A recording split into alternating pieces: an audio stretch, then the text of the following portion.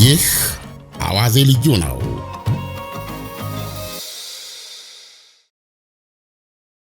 ተረት ኤርኔስቶ ቼ ጉቬራ።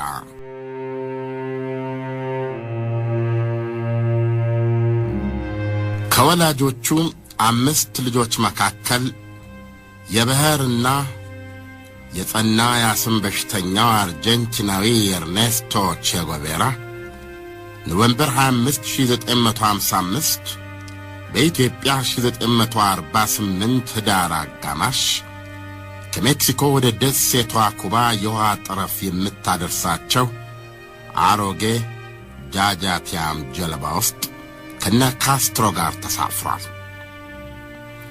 አጠቃላይ ቁጥራቸው 82 ነበረ።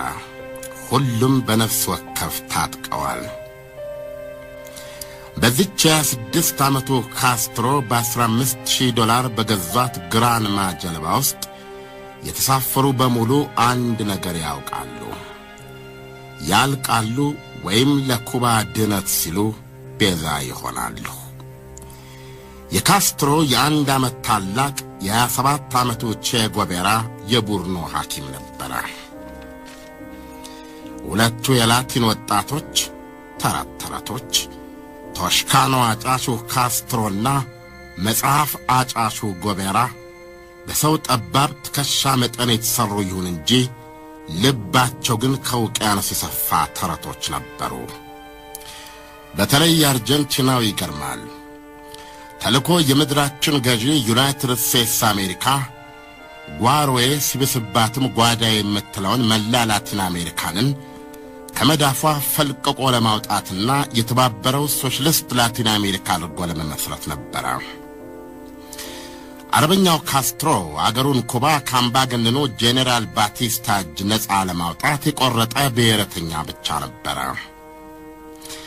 ኩባ ደግሞ ከአሜሪካዋ ፊላዴልፊያ ከተማ 90 ማይልስ ወይም 144 ኪሎ ሜትር አሊያም ከአዲስ አበባ ሻሸመኔ ያክል ብቻ ርቃ የምትገኝ የአሜሪካውያን የረፍት ማሳለፊያ የነበረች ውቤ በረሃ ነች። በፈረንጃፍ The Whore House of Caribbean ይሏታል። የካሪቢያን የጉልምትና ቤት እንደማለት ነበረ። በጄኔራል ባቲስታ ዘመን ኩባውያን ቆነጃጅ በቁማር ባስረሽ መቼው ፓርቲ ባበደና በቀለጠ የወንዝ ዳር ዓለም 9 ደስታና ፈንጠዝያ የሚያቀልጡና የሚቀልጡ ሶዶምና ገሞራን የሚያስታውሱ የመሸታ ቤት መብራቶች ነበሩ። ካስትሮ የገዢዎቹ አሜሪካውያን የመሸታ ቤት በመሆን ከሚገኝ የቱሪዝም ዶላር ይልቅ ኩባዊት እንስት ክብሯን ጠብቃ ሸንኮራ አገዳ እያለማች ብትኖር እመርጣለሁ ብለው የተነሱ አርበኛ ነበሩ። በአንጻሩ ጄኔራል ባቲስታ እንደሚያዩት ይህ ቶስካኖ አጫሽ ጎረምሳ ጠበቃ ኩባን ሁሉንም ወደ መናጢ ድህነት ወደሚከለሰው ኮሚኒዝም የሚባል ማቅ ውስጥ ሊከታት እንጂ ከቶም ሊያለማት አይደለም ብለው አምነዋል። በሳቸው ዓይን ኩባ ኦልሬዲ ገነት ውስጥ ነበረች። የእምነታቸውም በአሜሪካ ዶላርና ጦር ክራንች ላይ የተደገፈ ኃያል ነበረ። ይሁንና ኩባ የደራ የአሜሪካ ቱሪዝም በስተጀርባ ለራሱም ለሀገሩም ባዕድ ሆኖ በወታደራዊ አገዛዝ ፍዳውን የሚበላ ሌላ ሚሊዮን በሚሊዮን የሆነ ሕዝብ ነበራች። የፕሬዝደንት አይዘንሃወር መንግሥት የባቲስታ አቃፊ ደጋፊ የሆነበት ምክንያት ኢኮኖሚያዊ ነው። የአሜሪካ ማፊያም ልዩ ጥቅም በመሆኗ ነበረ።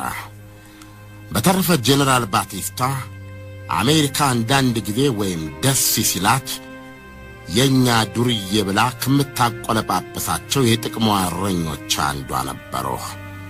አወርሳናፋቢች ኩባን ከዚህ ማጥ ለማውጣት ግራንማን የተሳፈሩት 82 ታጣቂዎች እነሱም ማጥ ውስጥ ነበሩ። ከጀልባዋ እርጅና፣ ከሚያቀረናው ፀሐይ፣ ከቦታ ጥበት ተነሳ እንደ ክብሪት እንጨት ራስ በራስ የተከመከሙት ከራብና ከጥማቱ ጋር ተዳምረው መላ ተጓዦቹ በወድ ቁርጠት ስቃይና በትውከት ቆሽሸውና ከሰው ተራ ወጥተው ነበር መሬት ላይ ደረሱት። ያንዳንዳቸው አጥንታቸው ፈጦ ሪዞቻቸው ጎፍረውና በገዛ ትውከታቸው ተቆጣጥሮ እንዳቀዱት በ5 ቀን ሳይሆን በ7 እንዳቀዱት በሌሊት ሳይሆን በጠራራ ፀሐይ የኩባ የውሃ ዳር መሬት ረገጡ። እነዚህ ጣረሞት የመሰሉ የኩባ ነፃ አውጪዎች ከ7 ቀን እንግልት በኋላ በጠራራ ፀሐይ መሬት ቢረግጡም አቀባበል ያደረገላቸው የባቲስታ አየር ኃይል ነበር። የተወሰኑትን በባዶ ሆዳቸው ከሕይወት ገላገላቸው። ካስትሮ ራውልና ቼን ጨምሮ በአቅራቢያው ወዳለ የሸንኮራ እርሻ ውስጥ ገብተው ተሸሸጉ። አሁን ጉዳዩ ራስን የማዳን እንጂ የኩባ ነጻነት፣ የኩባ አብዮት አልነበረም። ጠኔ በጎዳው ሰውነት የተሸሸጉበት የሸንኮራ አገር ከ5 ቀን በላይ ሊታደጋቸው አልቻለም። የጀነራል ባቲስታ እግረኛ ቦታው ደርሶ ነበር። ዲሴምበር 5 1955 በኢትዮጵያ አሁንም 1948 ላይ ነን። በደቂቃ ውስጥ በመቶዎች የሚቆጠሩ ጥይቶች ተንፈቀፈቁ። የግራንማ አብዮተኞች ላይ የጥይት ነዶ ወረደባቸው። በመስመጥ ላይ ያለ ውሃ ዳር የበቀለ ሙጃ ይጨብጣል እንዲሉ ከአንድ የሸንኮራ አገር ስር ተከልለው ለመትረፍ የሞከሩም ነበሩ። ይህ የተኩስ ሩምታ ከግራንማ 82 ተጓዦች መካከል 2/3ኛውን ፈጃቸው። ሐኪሙ አርጀንቲናዊው እንደ በረዶ ከዘነበበት ጥይት መካከል አንዷ አንገቱን አገኘችው፣ ጨረፈችው። ለመትረፍ ጊዜ የለውም። በሴኮንዶች ዕድሜ ውስጥ ከሕክምና ኪቱና ከጠመንጃው መካከል መርጦ መወሰንና መሰለፍ አለበት። ቼ ጠመንጃውን መርጦ የሕክምና ቁሳቁስ የታጨቀበትን ኪት ትቷት ወደ ተራራው ነፍስ ያውጭኝ አፈተለከ። አንዳንድ ጊዜ ክፉን የሚቀጣ ደጎችን የሚከልል ከሰው በላይ የሆነ ጠባቂ መልአክ ስለኖረ ካልሆነ በስተቀር የነዚህ 82 ወታደሮች ራሶች የሆኑት ካስትሮና ቼ በሕይወት ባልተረፉ ነበረ። ይሁንና ተረፉ።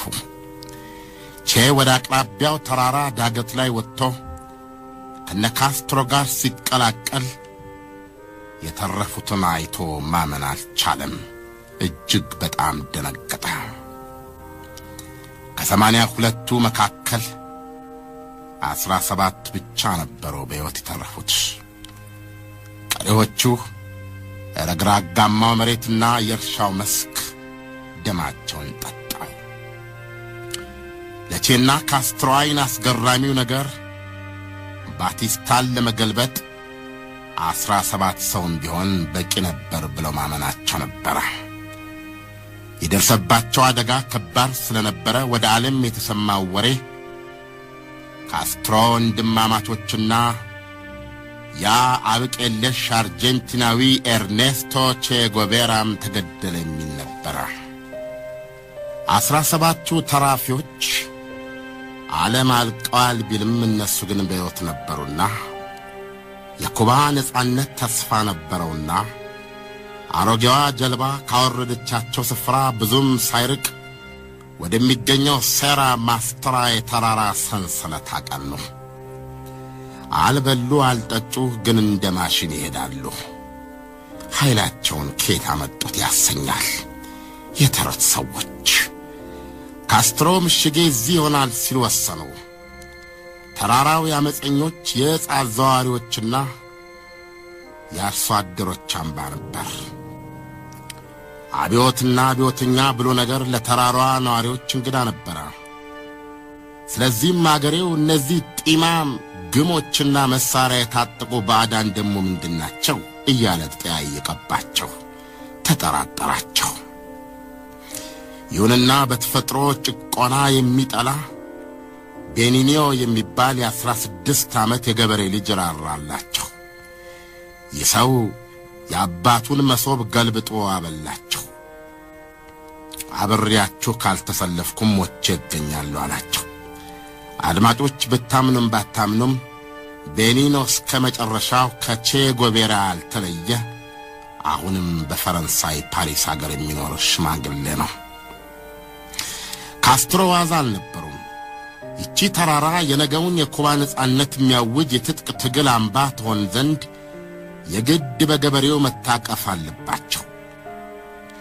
አለበለዚያ ከነጻ አውጪ ይልቅ ሰማዕት ሆነው እንደሚቀሩ ታውቋቸዋል። ስለዚህ ዘዴ ፈየዱ። እሳቸው ስለተልኳቸው አገሬውን ሲያስረዱ ታጣቂዎቻቸው በአቅራቢያው ከሚኖረው የመሬት ከበርቴዎች ላይ ላሞችና በሬዎችን ነጥቀው እንዲያመጡ አስደረጉ።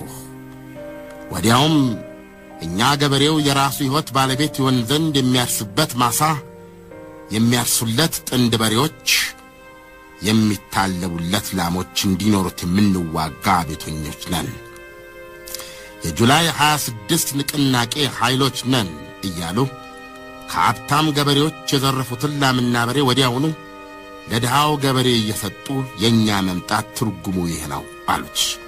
አርሶ አደሩ ወዲያው ገባው። ልጆቻችን አላቸው። ካስትሮም ሴራ ማስትራ ላይ ተደላደሉ። ተልኳቸው የጁላይ 26 ንቅናቄ ሴራ ማስትራ ተራራ ላይ መመሸጉንም በፍጹም ቁርጠኛነት ሊዋጋ ዝግጁ መሆኑንም ለአምባገነኑ ጄኔራል ባቲስታ ማሳወቅ ነበረ። ለዚህም ሲባል በአቅራቢያው የሚገኝ የመንግሥት ወታደሮች ጣቢያ ላይ ጥቃት እንዲፈጽም ወሰኑ። ቼ ጎቬራ አስማሙ ዶክተር አብቄለሹ ሰው ጠመንጃውን ደግኖ ፊት ወጣ። ጃንዋሪ 22 1957 በኢትዮጵያ ጥር አጋማሽ 1950 ዓመተ ምህረት አማጽያኑ አንድ የመንግሥት ቃኝ መኪና ላይ ደፈጣ ጣሉ። የመጀመሪያው የተኩስ ልውውጥ እንደተሰማ አንባቢውና የሕሳቤ ቀንዲሉ ቼ ጎቬራ ከባቲስታ አንድ ወታደር ጋር ማዶ ለማዶ ተፋጠጠ። ቼ ቀድሞ ተኩሶ መታው። ወታደሩም ወደቀ፣ ሞተ። ቼም ይህ ድርጊቱ በሰብዕናው ላይ የሚያስከትለው መረበሽ ኖር እንደሆነ ራሱን በመጠየቅ ቆሞ አሰበ። አልተረበሸም። ስሜቱ ደህና ነበረ። ኤርኔስቶ ቼ ጎቬራ ሕልሙ ወደ ሆነው ዓለም አቀፋዊ አብዮተኛነት ለመራመድ የመጀመሪያ የሆነውን ደም በእጁ አፈሰሰ። ሁለተኛውና የቼን ገዳይነት የጠየቀው ክስተት ወዲያው ነበር የተፈጠረው። ከአማጽያኑ ጋር ለመቀላቀል የመጀመሪያው በጎ ፈቃደኛው ነው ከገቡት መካከል ኦፕቲሚዮ ጌራ የሚባለው ታጣቂ አርሶ አደር የመንግሥት ጦር ሰላይ ሆኖ ተገኘ። ካስትሮም የሞት ፍርድ ፈረደበት። እርምጃውን ማን መፈጸም እንዳለበት ግን ሰው አልመደበበትም ነበረ። ይህንንም ለመፈጸም የወጣው ቼ ጎቬራ ነበረ። ሁሉንም ነገር በማስታወሻ ደብተሩ ላይ አስፍሮታል። ካለንበት ቦታ ወደ ታች ይዤው ወረድኩ። የያዘውን ሁሉ አንድ በአንድ ተረከብኩት።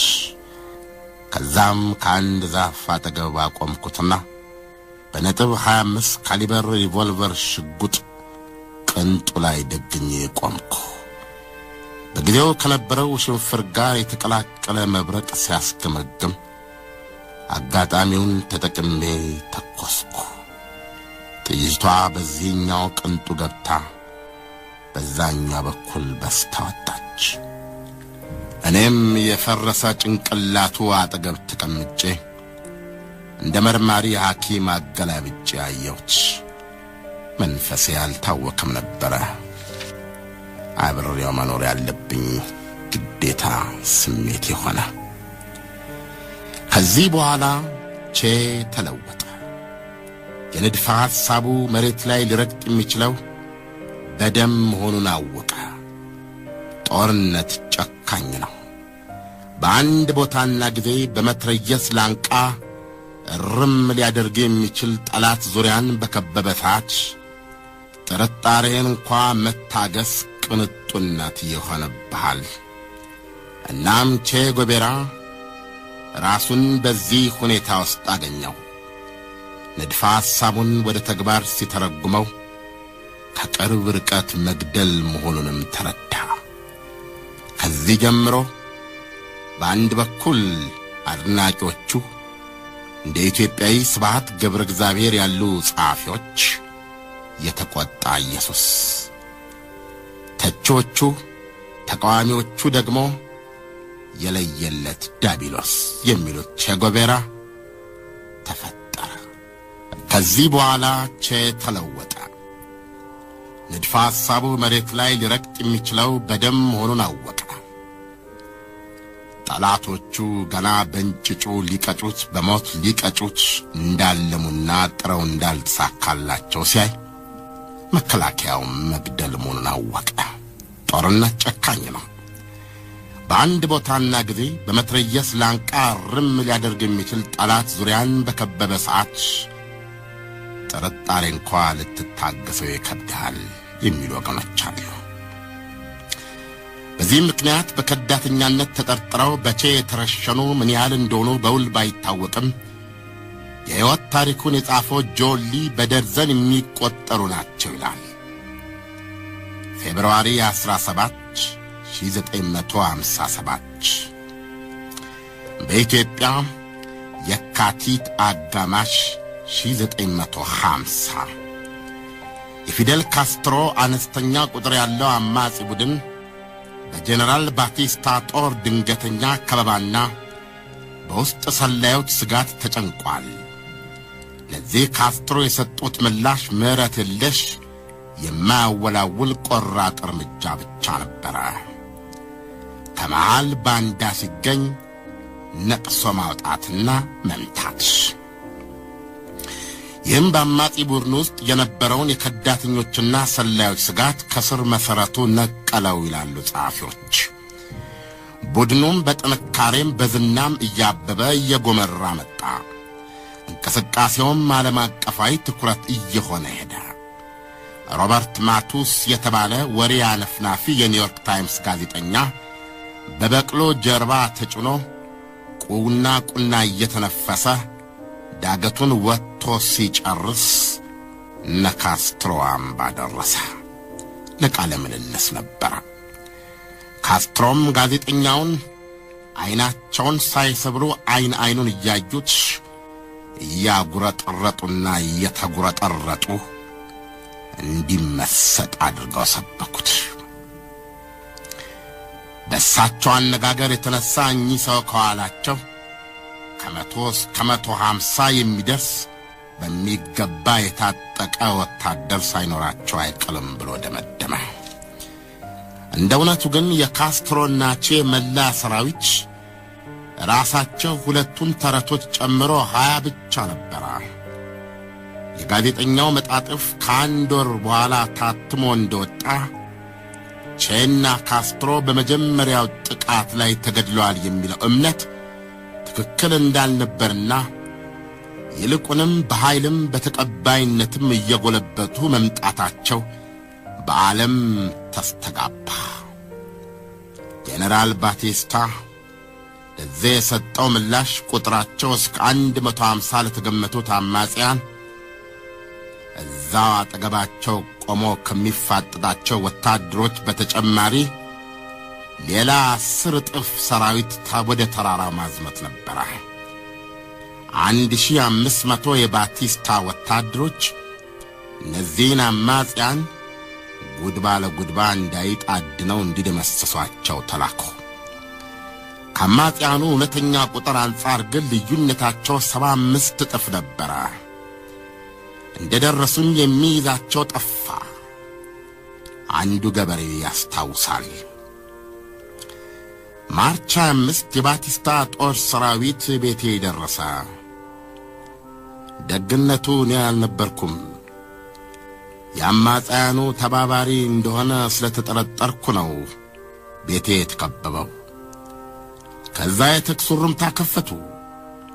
እኔም አውቀው ነገር አልነበረም። ሚስቴንም ሩምታቸው ገደላች። ለዚህ ነው አማጺያኑን የተቀላቀልኩት። ከጋዜጣው ዘገባ በኋላ ወደ ካስትሮ የሚነጉደው ወዶ ዘማች ቁጥሩ እየጨመረ መጣ ከከተማ። ከነዚህም መካከል በጓንታናሞ ቤይ የአሜሪካ ወታደራዊ ሐኪም ከነበሩ አባቱ ጋር ይኖር የነበረ ቻክራያ የተባለ የ19 ዓመት የሁለተኛ ደረጃ ተማሪ ነበረ። ከኩባውያን ጋር ሰፊ ትስስር ነበረን። ሰርጋቸውና ክርስትናቸው ላይ እንገኝ ነበረ። አምባገነኑን ባቲስታን የሚዋጉበት ጠመንጃ እንዲያገኙ ለማገዝ ራሴን አቀረብኩላል። ቻክና እንደሱ በአስራዎች ውስጥ የሚገኙ ሁለት አሜሪካውያን የነካስትሮን የትጥቅ ትግል እንዲቀላቀሉ ተጋበዙ። ጉዳዩን አወራንበት። ለአንዳንድ ነገሮች መቋጫ ሰጠን። ለቤተሰቦቻችን ደብዳቤ አስቀመጥን። በዚህ ሁኔታ 3 አሜሪካውያንና ሌሎች 50 አዲስ ምልምሎች ወደ ሴራ ማስትራ ተወሰድን ይላል። መጀመሪያ የተቀበላቸው ቼ ነበረ። መጀመሪያ ቼ እንዲቀበለን ያደረጉት ያንን ኮረብታ ለመውጣት ለ30 ሰዓት ያህል ስንኳትን ታመን ስለነበር ነው ይላል ቻክ። ዶን ሶልዲኒ ያኔ 18 ዓመት ልጅ የነበረ ሌላ አሜሪካዊ ነው። ቼ ካስትሮ ራውልና ራሴን ጨምሮ ጠቅላላ የነበረው የአማጽያኑ ቁጥር 300 ብቻ ነበር የሚገመተው። ኑሮ በአማጽያኑ ካምፕ አልጋ ባልጋ አልነበረም ይላል። ለጫማችን ሶል አንዳንዴም ውሃም አልነበረንም። በተራራው ላይ ከ300 ኪሎ ሜትር በላይ እንኳትናለን። ተቅማጥ ጨምሮ የማይጫወትብን በሽታ አልነበረም። በዚህ ፈታኝ የዱሪዎች የአማጽያኑን ሕይወት የማይፈታተን የበሽታ አይነት አልነበረም። ሁሉንም የሚያክማቸው ቼ ነበር። የብዙዎች ቁስለት የወባ ትንኝ ንክሻ ነበረ። ቼ ሰንጢውን አውጥቶ ቁስላቸውን ይቀርፈውና ዱቄት የመድኃኒት ዱቄት ይነሳንስበታል። የሕክምና አሰጣጡ ምንም አይነት ርኅራኄ የሌለው ስለነበረ ጥርስ አውላቂ ለማለት በቅጽል ስም ዶክተር ሳካሙላስ ይሉት ነበር ይላሉ። ቁጥሩ እያበጠ የመጣው የአማጽያኑ ቡድን አባላት ቼን ወደዱም ጠሉትም በውጊያ ባህሪው ግን መመሰጣቸው አልቀረም።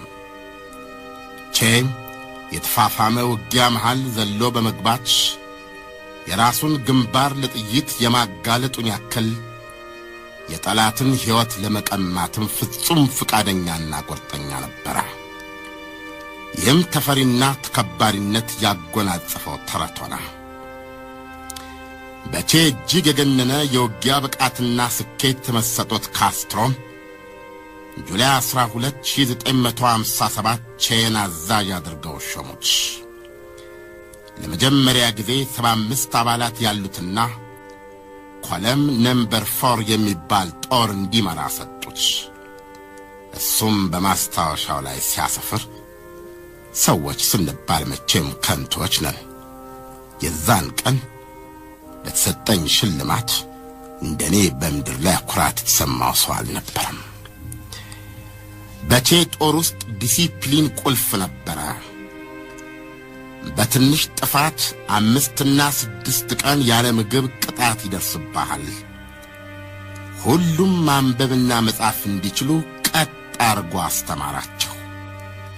በዚህ ሰብዕናው መሪያቸው፣ አጋራቸው፣ ታላቅ ወንድማቸው የሆነላቸው ታዳጊ ሕፃናት አመለኩት። የቼ ደቦሎች ተባሉ። ሌሎች ጨካኝነቱን በመፍራት ትኩረቱን ላለመሳብ ይጠነቀቁ ነበር። በጥቅምት 1957 ቼ 75 ወታደሮቹን ይዞ ላሜስ የተባለ ከፍታ ላይ አዲስ ጦር ሰፈር ቆረቆረ። የጦር መሳሪያ ማደሻ፣ ዳቦ ቤት፣ ስጋ ቤት፣ አልፎ ተርፎም ኤል ኩባኖ ሊብሬ የተባለ ጋዜጣ ጭምር በማቋቋም አካባቢውን አደራጃ። በ1958 አማጽያኑ ሬዲዮ ሬባልዴ የራሳቸውን ሰበካ ማስተላለፍ ጀምረው ነበር በ58 ፌብሩዋሪ። በዚህ ጊዜ ሁሉ ግን አንዳችም ተዋጊዎቻቸው የውጊያቸው ዓላማ ኮሚኒዝም መሆኑን ወይም ኮሚኒዝምን ለመመስረት ስለመሆኑ አያውቁም ነበር። ይህን ቢያውቁ ኖሮ ትግሉን ጥለው ሊሄዱ ይችሉ የነበሩ ቁጥራቸው ቀላል አልነበረም። የካስትሮ አቋም ግን አሁንም ምስጢር ነበር። ሲአይኤ ለባቲስታ መንግስት የሚያደርገውን የመሳሪያ ድጋፍ አጠናከረ። የባቲስታ ሰራዊት ወደ ሴራ ማይስትራ ጎረፈ። በአካባቢው ሕዝብ የሚደገፉት አማጽያኑ ግን የበላይነታቸውን ሊያስነጥቁ አልቻሉም። የባቲስታ ጦር ነገሩ ግራ እያጋባው ውስጡ መቦርቦርና መፈረካከስ ጀምሯል። አሁን ጦርነቱን ወደ ሰሜን በማዞር በላይና ታች ባቲስታን ቆንጥጦና ፈጥርቆ መያዝ ወሳኝ ነው ብለው ካስትሮ አመኑ። ስለዚህም ጦርነቱ በሰሜናዊ ጫፍ በኩልም ብልጭ ማለት አለበት ተባለ። ለዚህ ካስትሮ አይኖቻቸውንና እምነታቸውን የጣሉበት ሌላ ማንም አልነበረም፣ ቼ ነበር። ከ15 ወራት የሴራ ማስትራ ቆይታ በኋላ ቼ ወታደሮቹን እየመራ በእግሩ ሌት ያለ ምግብ ያለ ውሃ የተገኘው እየተበላ የተገኘው እየተጠጣ በእግር 592 ኪሎ ሜትር ተጉዞ ላስ ቪያስ አውራጃ ነጎደ። ይቺ አውራጃ የባቲስታ ጦር ግዙፍ ክፍል ከሚገኝበት የኩባ አራተኛ ትልቅ ከተማ አጠገብ የምትገኝ ገዢ መሬት ነበረች። የአራተኛዋ ከተማ ስም ሳንታ ክላራ ነበረ። አሁን ቼ የመጣበት ቦታ ለዚህ ለሳንታ ክላራ በቃ አፋፍ ላይ እንደማለት ነው።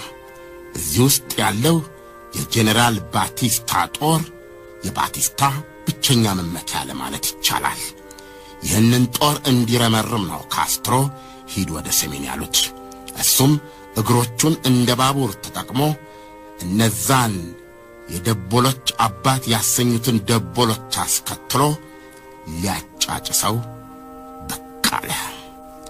አጽሙ ለመጨረሻ ጊዜ በክብር ያረፈባት ከተማ ናት ሳንታ ክላራ። የጄኔራል ባቲስታ አገዛዝ ፍጻሜ የሚመጣው እንግዲህ ከሰሜን አቅጣጫ ከቼ በኩል ሊሆን ማለት ነው፣ ከላስ ቪያስ አውራጃ። ከሴራ ማይስትራ 18 ወራት ውጊያ በኋላ የባቲስታ ጦር መዛሉ እያስታወቀ መጣ። ካስትሮም ይህ የደቡባዊ ጫፍ ኩባ ፍልሚያ በሰሜኑ በኩልም ብልጭ እንዲል ወሰኑ። ስትራቴጂው ቦቦን ጄኔራል ባቲስታን ከደቡብና ከሰሜን እየተጫኑ እንደ ከረሜላ መኮረሻሸም ነው። ይህን ለማድረግ ግን ከሴራ ማይስትራ እስከ ሰሜናዊቷ አራተኛ ከተማ ሳንታ ክላራ አፋፍ ላስ ቪያስ ድረስ የ596 ኪሎ ሜትር ጉዞ ማድረግ ይጠይቃል። ይህን ጉዞ ሌት ሲገኝ እየተበላ ሲታጣ እየተቻለ ጫካውን ይዞ የሚነጉድ ባቡር ያስፈልጋል። ተባዊ ባቡር። ያ ባቡር ቼ ነበር። ኮለም አራቶችን አሰልፎ ጫ አድርጎ እያጋለበ ሲገሰግስ ላስ ቪያስ ገባ። የሳንታ ክላራ አፋፍ። የጄኔራል ባቲስታ የክፉ ቀን ተስፋ የሆነው የሳንታ ክላራ ሰራዊታቸው አሁን ከላስ ቪያስ አፋፍ ላይ ሴራ እየተጎነጎነበት ነው። አንድ ቀን ቼ ወርዶ ይጋጠመዋል። ያን ጊዜ ይለያል መኖራቸው ወይም አለመኖራቸው። በሳንታ ክላራና በርዕሰ ከተማዋ መካከል የተኛው መንገድ የሰዓታት ነው። ላስ ቪያስ አፋፍ ላይ ከ320 ሰዎች ጋር ላደፈጠው የአርጀንቲናው የሐሳብ ስደተኛና የውጊያ ባለሟል ዕዳው ገብስ ነው። ሳንታ ክላራን የያዘለት የሃቫና የባቲስታ ዙፋን ያለ ጥርጥር ካስትሮን ይጠብቃል። ይህን እሱም ይህን ባቲስታም ያውቃሉ። ቼን የተጠና የሽምቅ ውጊያ ማስቦኪያ ተኩስ ከፈተ። ንጋት ላይ አንድ አማጺ ይልክና አንዲት ጥይት ብቻ ያስተኩሳል ወደ መንግሥት ጦር ካምፕ። የባቲስታ ጦር ሰፈር መላ ሰራዊት ሺህ ጥይት ያንፈቀፍቃል። ደግሞ ምሽት ላይ ወደ 5 ሰዓት ገደማ እንዲሁ 1-2 አማጺ ልኮ ወደ ጦር ሰፈሩ 1-2 ጥይት ያስተኩሳል። የባቲስታ ጦር የጥይት ማዕበል እንደ መርዝ ይረጫል። የአይነቱ ጣቷ አድርጎ የመመለስ ነርቭ የሚነካ ማስቦኪያ ተኩስ ለቀናት ይቀጥላል። እያበሳጨ እንቅልፍ ያሳጣል። በዚህ መካከል አንዲት ወጣት ኩባዊት ከሳንታ ክላራ የተነሳች ወደ ነቼ ሰርጋ ትመለሳለች። ወሬና መሳሪያ ታመላልሳለች። ይቺ ወሬና መሳሪያ ለነቼ ሰርጎ እንዲገባ የምታመቻች ወጣት የማለች የተገዘተች የጁላይ 26 ንቅናቄ ደጋፊ ናች። አንድ ጊዜም ወደ ነቼ ጦር ሰፈር እንደሰረገች ጭምብለዋ ወለቀ። ማንነቷ ተነቃ። እንደተመለሰች በጥይት ሊገላግሏት ወይም እጆቿን በገዛ ፀጉሮቿ ጉንጉን ጠፍረው ወህኒ ቤት ሊከረችሟት አቅደዋል የባቲስታ ኃይሎች። እነቼም ይህን ስላወቁ አልለቀቋትም። ለሳምንታት በተካሄደው የማስቦኪያ ውጊያ አብራ ቆላና ደጋ ተራወጠች። ከቼም ጋር ወደቀች። በፍቅር ማለቴ ነው። ኢሌይዳ ትባላለች። አሁን ውጊያው ጋመ። ምክንያቱም 800 የደረሰው የፊደል ካስትሮ ሩዝ ሴራ ማስትራ ሰራዊት እንደ ንብ ይናደፍ ጀመር። የጀነራሉ ጦር ሰራዊት በቁጥር 10 እና 20 እጥፍ ቢሆንም ሞራሉ እንደ ባሃ ድንጋይ ተቦርቡሯል። ድል እየሸተተው የሚናደፍ ንብና ምቾታቸው እንዳይጓደል የሚሳሱ ዱታ ጀነራልን በስልጣን ላይ ለማኖር ሲል የሚዋጋ ቦርቧራ ጦር። እነ ካስትሮ ምንም ብቀጥን ጠጅነኝ እንዲሉ ብቻ አልነበረም፣ ሕዝቡ እቅፍ አድርጓቸዋል። ከተራራው ጫካ ይልቅ ሕዝቡ ጫካ ውስጥ ያለ ሐሳብ ለሻል እንቅልፍ ያሳልፋሉ። ቼ ደግሞ 300ዎቹን የቼ ደቦሎች ይዞ ቀን ከሌት ጣጠሽ በምትል ትንሽ ተኩስ ብቻ የባቲስታን ካምፕ እያበሳጨ እንቅልፍ እየነሳ ክፉኛ እያስቦካ ስለመጣ ቀድሞውንም በደንባራ በቅሎ ቃጭል ተጨምሮ እንዲሉ የሆነ የባቲስታ ጦር በመቶዎች የሚቆጠረውን መሳሪያ እንደ ችቦ ደርድሮ እንደ ደመራ አነባብሮ ለአማጺያኑ እንሆ በረከት እያለ ካምፑን ጥሎ እብስ ወደ ከተማ።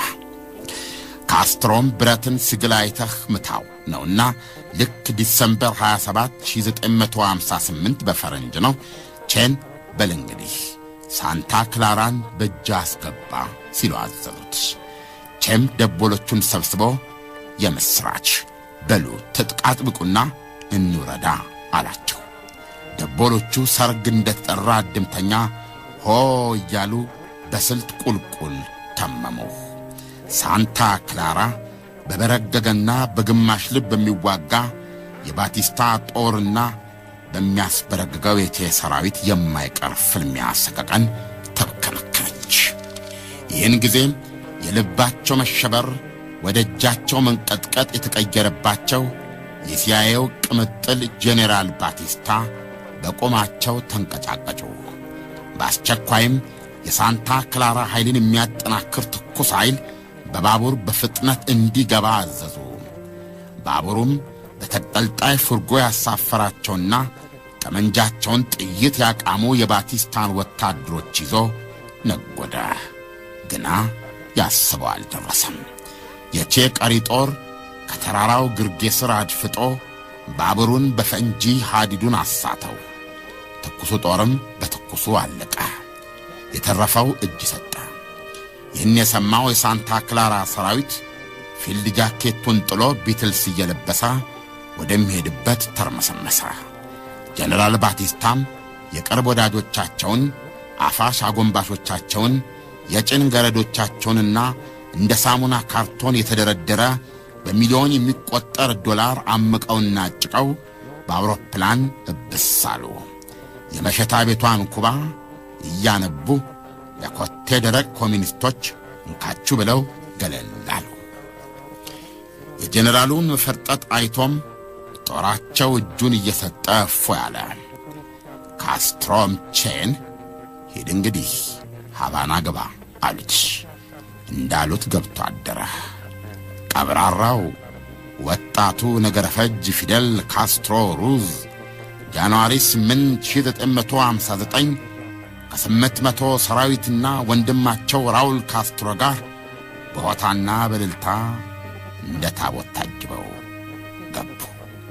ሁለት የላቲን ተረቶች በሁለት ዓመት ውጊያ ጄኔራል ባቲስታን ከነጭን ገረዶቻቸው ነፍስ ውጪ አሩጠው አሸንፈው መግባታቸው በምዕራቡም በምስራቁም ካምፕ ማናቸው የሚል ጥያቄ አስነሳ። ሲአይኤ ከነከነው የባቲስታ ከዙፋን መነጠል አልነበረም። መጪውም በዶላር የረሰረሰ አልጋ የሚሻ ከሆነ አሁንም ሕይወት አለ። በድሮው ሰኖፋቢች ምትክ አዲስ ሰኖፋቢች ያለ ነው። የሌለ የሚሆነው ስር ነቀል ኮሚኒስት ሰውዬ ከሆነ ነው። ይህ ከሆነ ደግሞ ሲአይኤ ይችን የአሜሪካ አፍንጫ ላይ ያሞጠሞጠች የምታም ቡግር የካስትሮ ኩባ ማፍረጥና እፎይ ማለት አለበት። ስለዚህ ጥያቄው ይህ ቶሽካኖ አጫሽ ነገረፈጅ የ32 ዓመት ጎልማሳ የማን ነው? መልስ ፍንጭ የለም። ስለዚህ ሲአይኤ እይታውን የታወቀው ጸረ አሜሪካ ማርክሲስት ቼ ጎቬራ ላይ አነጣጠረ። የሶቪየቱ ኒኪታ ክሩስቼቭም እነዚህን ሁለት ጎረምሶችና ተከታዮቻቸውን አላወቁም ነበረ። ልጃቸው አሌክዛንደር እንደተናገረው አባቴ የስለላ ድርጅቱን ኬጂቢንና የፖለቲካ ተንታኞቹን እየጠራ እነዚህ ሰዎች እነማን ናቸው እያለ መጠየቅ ጀመረ። የተሰጠው መልስ ሌላ የማዕከላዊ ላቲን አሜሪካ አምባገነኖች ሊሆኑ እንደሚችሉ ብቻ ነበረ። በእርግጠኛነት ግን ደጋፊ አሜሪካ ምናልባትም የሲአይኤ ቅጥረኞች ናቸው ተብሎ ተደመደመ። ሶሻሊስቶች ሊሆኑ እንደሚችሉ ፈጽሞ የጠረጠረ አልነበረም። ካስትሮ ዋዛ አልነበሩም። በዚች ቀውጢ ሰዓት አሜሪካንን ማባበል ወይም እውነቱን እንነጋገር ካልን ማጃጃል ነበረባቸው። ስለዚህ ቀጥታ ለጉብኝት ዩኤስኤ ሄዱ። በሚያዝያ 1959 በወቅቱ የአሜሪካ ምክትል ፕሬዝደንት ኒክሰን ነበሩ። የዚህ ወጣት ኩባዊ መሪ ጉብኝት ምን እንደገለጠላቸው ለሴኔት ጓደኞቻቸው ግራ ግብት ብሏቸው ሲያጫውቱ ኮሚኒስት ነህ ስንለው አይደለሁም አለን። ታዲያ ምንድነው ስንለው ዲሞክራቲክ ሂዩማኒስት አለን ብለዋል። ለሰው ልጆች ሰብዕና የሚቆረቆር ዲሞክራት። እውነቱን ለመናገር አሜሪካ በወቅቱ የገባት ነገር አልነበረም። የተፈለገውም እንዲገባት ሳይሆን ግራ እንዲገባት ነበረ። ይህ ግራ መጋባት ለወራት ዕድሜ አጃጃለለች። ከመጋረጃ በስተጀርባ ግን ካስትሮ በማርክሳዊ ርዕዮተ ዓለም እየተጠመቁና ከኮሚኒስት ፓርቲ ጋር ራሳቸውን እያስተሳሰሩ ነበረ። በዚህ ላይ ጥናት ያደረጉ ምሁራን ጥያቄ አላቸው። ካስትሮ የማርክሲዝም ሌኒኒዝምን ቀይ ካባ የለበሱት ወቅቱ ያስገደዳቸው መሰለፊያ ስለሆነ ፕራግማቲዝም ወይስ የቼ ተጽዕኖ ይላሉ። መልሱ የቼ ተጽዕኖ። ኩባ አሜሪካ ፍንጫ ላይ ኮሚኒዝም ያወጀችው በቼ አስተምህሮና እምነት መሰረት ነው። የሰው ልጆች ጠላት ያላት ቼ ዩናይትድ ስቴትስ አሜሪካንን አሁን በሯ ላይ ኃይል ሆኖ ቁጭ። ካስትሮን ወደ ግራ ያዘመማቸውና ከኮሚኒስታዊ እሳቤ የገነባቸው ሃቫና ከደረሰ በኋላ አልነበረም። ቼ ሴራ ማስትራ ጫካ ውስጥ እንዳለ ጀምሮ ነበረ። ስለዚህም ሰብአዊ ዲሞክራት ፊደል ካስትሮ ሩዝ ቼንና ስር ነቀል ጓዶቹን በህቡ እየጠሩ የወደፊቷን ኮሚኒስታዊ ኩባ ሂደትና አቅጣጫ ንድፋቸው አምጡልኝ አለው። እነቼም የትርፍ መሬቶች የገበሬው የሚያደርገውን አግራሪያን ሪፎርም ማርቀቅ ጀመሩ። ይህች አይነቷ ለውጥ ነበረች ቼ ቼ በተገኘበት ጓቲማላ ሲአይኤ መራሽ መፈንቅለ መንግስት ስለ ዩናይትድ ፍሩት ኩባንያ ሲባል የተወሰደው። ቼም ተባሮ የአርጀንቲና ኤምባሲ ገብቶ የተረፈው በአግራሪያን ሪፎርም ጣጣ ነበር። ይህ እነቼ ያረቀቁት አግራሪያን ሪፎርም ከመታወጅ በፊት ካስትሮ ቼን ወደ ውጭ አገር ጉብኝት ላኩት። ተላላው ሲአይኤም ካስትሮ ኮሚኒስቱን ነቅለው አባረሩት ብሎ ጮቤ ረገጠ። ቼ ግን ወደ ኤሽያ፣ አፍሪቃና አውሮፓን ለመጎብኘት የወጣው ያለ ምክንያት አልነበረም። በኩርፊያ የኩባን አይነተኛ የገቢ ምንጭ ሆነውን ስኳር በቶን በሚሊዮን ቶኖች የሚቆጠር አልገዛም ያለችውን አሜሪካንን ለመበቀል ወደ ሞስኮ ነበረ ተልኮ። ቀጠሮ ከኒኪታ ክሩስቼቭ ጋር። እነዚህ ሰዎች ወዳጆቻችን ናቸው ብለህ ባታስብ እንኳ አለ የክሩስቼቭ ልጅ አሌክሳንደር፣ ጠላትን የሚጎዱልህ ከመሰለህ መወዳጀት ነበረብህ። በዚህ መሠረት ክሩስቼቭ ከእንግዲህ ሻዬ ያለ ኩባ ሻይ እንዳይበጠበጥልኝ አሉ። ለጦር መሳሪያ ፍላጎታቸውም ጥቂት አሮጌ ጦር ጀቶችና ታንኮች በአስቸኳይ ይጫንላቸው፣ ድፍድፍ ነዳጅም ቀዱላቸው ሲሉ አዘዙ። አሜሪካ ብቸኛ ልዕለ ኃያል አለመሆኗን ታውቅ ዘንድ የቼና ካስትሮ ስነ ልቦና የምትነበረ አሜሪካ ደረት ላይ እንደ እርጥብ እንጨት የጨሰችው ዩናይትድ ስቴትስ አሜሪካ ጠቅላላ የኩባ ነዳጅ ማጣሪያዎች የሷ ድንበር ዘለል ኩባንያዎች ንብረት ስለነበሩም የራሽያን ድፍድፍ ነዳጅ አናጣራም አሉ። ካስትሮም አይነተኛ ጠላቷን የኢንዱስትሪ ሚኒስትር እና የብሔራዊ ባንክ ገዢ አድርገው ሾሙት፣ ቼ ጎቬራን። ቼም እዚህ ዓለም ላይ የሚንቃቸው ነገሮች ካሉ የመጀመሪያው ገንዘብ ነበረ። የኩባ ገንዘብ ላይ የፈረመው በሙሉ ስሙ ሳይሆን በትግል ጓዶቹ አንተ ቼ ብቻ ነበረ ያለበት በፊርማው። ቼ ገንዘብን የሚጠላው ሸቀጥ ስለሚጠላም ነው። ካፒታሊዝም ሸቀጣም ነው፣ ፍጆታም ነው። የሥጋ ተስካርነቱ ከነፍስ የሚያጣላ ገሰሰ ብዙ ነው። ግን ቼን ዳቢሎስ ብለው ለሚያምኑ ኩባውያን እሱ የፈረመበትን ብር መጠቀም ሞት ነበረ። ገዛን እኮ የቆሪጥ እናንተ ሳይባባሉ አይመነዝሩትም ነበረ። በኩባ በተደረገው የፍርድ ምርመራ ብዙ ኩባውያንን ያለ ኃጢአታቸው ፈጅቶ ሕፃናትን ወላጅ አልባ ሚስቶችን ጋለሞታ አድርጓል ብለው ነው የሚከሱት። የኢንዱስትሪ ሚኒስትርነቱን የጨበጠው ቼ ሁሉም ለሆዱና ለምቾቱ ያድራል ብላ የምታምነው አሜሪካ ላይ ሌላ ኢኮኖሚያዊና ፖለቲካዊ ኩንጉፉ ለማሳረፍ ተዘጋጅቷል። ብዙ ቢሊዮን ዶላሮች የካሪቢያን መሸታ ቤት የተባለችው ኩባ ላይ ማፍሰሷን ያውቃል። ኩባም ያላረቄ ደንበኛዋ አሜሪካ የምትኖር እንደማይመስላት ያውቃል። ስለዚህ አላቸው ለካስትሮ፣ አረቄ ቤቱን ዝጉት። ኩባ ከአሜሪካ ጋር የሚያገናኛትን የመሸታ ቤትና የግልሙትና ትስስር እንግዲህ እነቼ እንደሚተረጉሙት ነው አድማጮች፣ እኔ ማለት አይደለም። ተበጠስ። ካስትሮም እሺ አሉ። አሜሪካ የፈራችውንና ቼ ያረቀቀውን አግራሪያን ሪፎርም ላይ ሜይ 7 1959 ካስትሮ ፊርማቸውን ደቀደቁበት። ሰፋፊ መሬቶች አሉ ካስትሮ በአዋጁ የመንግስት። የካስትሮን አቋም በውል ሳያውቁ የቆዩ የኩባ ሀብታሞች አሁን እንደነበሩ ኮሚኒዝም አይኑን አፍጥጦ መጥቷል አሉ። እናም ወደ ሚያሚ ፈለሱ። በ10 ሺዎች የሚቆጠሩ ኩባውያን ሀገራቸውን በመስመጥ ላይ እንዳለች መርከብ ሸሿት። ይህን ጊዜ ካስትሮ የራሽያን ነዳጅ አጣራም ያሉትንና ሌሎችንም የአሜሪካን ኩባንያዎችን በሙሉ ከእንግዲህ ውርስ ለቤተ መንግሥት ናቸው ብለው እጢያቸውን ዶብ ባደረጉት። የኩባ ሁሉም ነገሯ፣ መብራት ኃይሏ፣ ወደቦቿ፣ አየር ማረፊያዎቿ፣ የቴሌቪዥን ኩባንያዎቿ፣ ሌላው ቀርቶ ወደ ሚያሚ በቀን 2 ጊዜ የሚደረገው በረራ እስከ ነዳጅ ማጣሪያዎቹ የአሜሪካን ነበረ። ካስትሮ በነዳጅ ውርስ ለቤተ መንግሥት ውሳኔ ሁሉን እጃቸው አስገቡ። አሜሪካ በቁጣ አበደች፣ ነደደች። ከኩባ ጋር የነበራትን ዲፕሎማሲያዊ፣ ኢኮኖሚያዊ፣ ምናዊ ግንኙነት ሁሉ ቁርጥርጥ አደረገች። ቼ ሳቀ። 7ኛው ሰማይ ውስጥ ገባ። በ10 ወር ዕድሜ ውስጥ ሁሉም የአሜሪካ ነዳጅ ማጣሪያዎች የካስትሮ ሆነው አረፉት። የክሩስቼቭን ድፍድፍ ማጣራት ጀመሩ። አሜሪካ አሁን ድረስ ያልተነሳ የኢኮኖሚ ማዕቀብ በርኖስ ኩባ ፊት ላይ ደፋችባት። ሌሎች ሺዎች ኩባውያን እግሬ አውጭኝ እያሉ ወደ ሚያሚ መሮጥ ጀመሩ። አብዮቱ ፋመ። የቼና የካስትሮ ኩንጉፉና ካራቴ አሜሪካንን አጥወለወላት። ቆሽቷ እንደበና። ይህ አብዮት እንዳይኖር አጥንቱ እንዳይጠነክር ለልምሻ ሊጋለጥ ይገባል ብላ ወሰነች። ቼና ካስትሮም የአብዮት መዳን አለበት ብለው ጥርስ ነከሱ።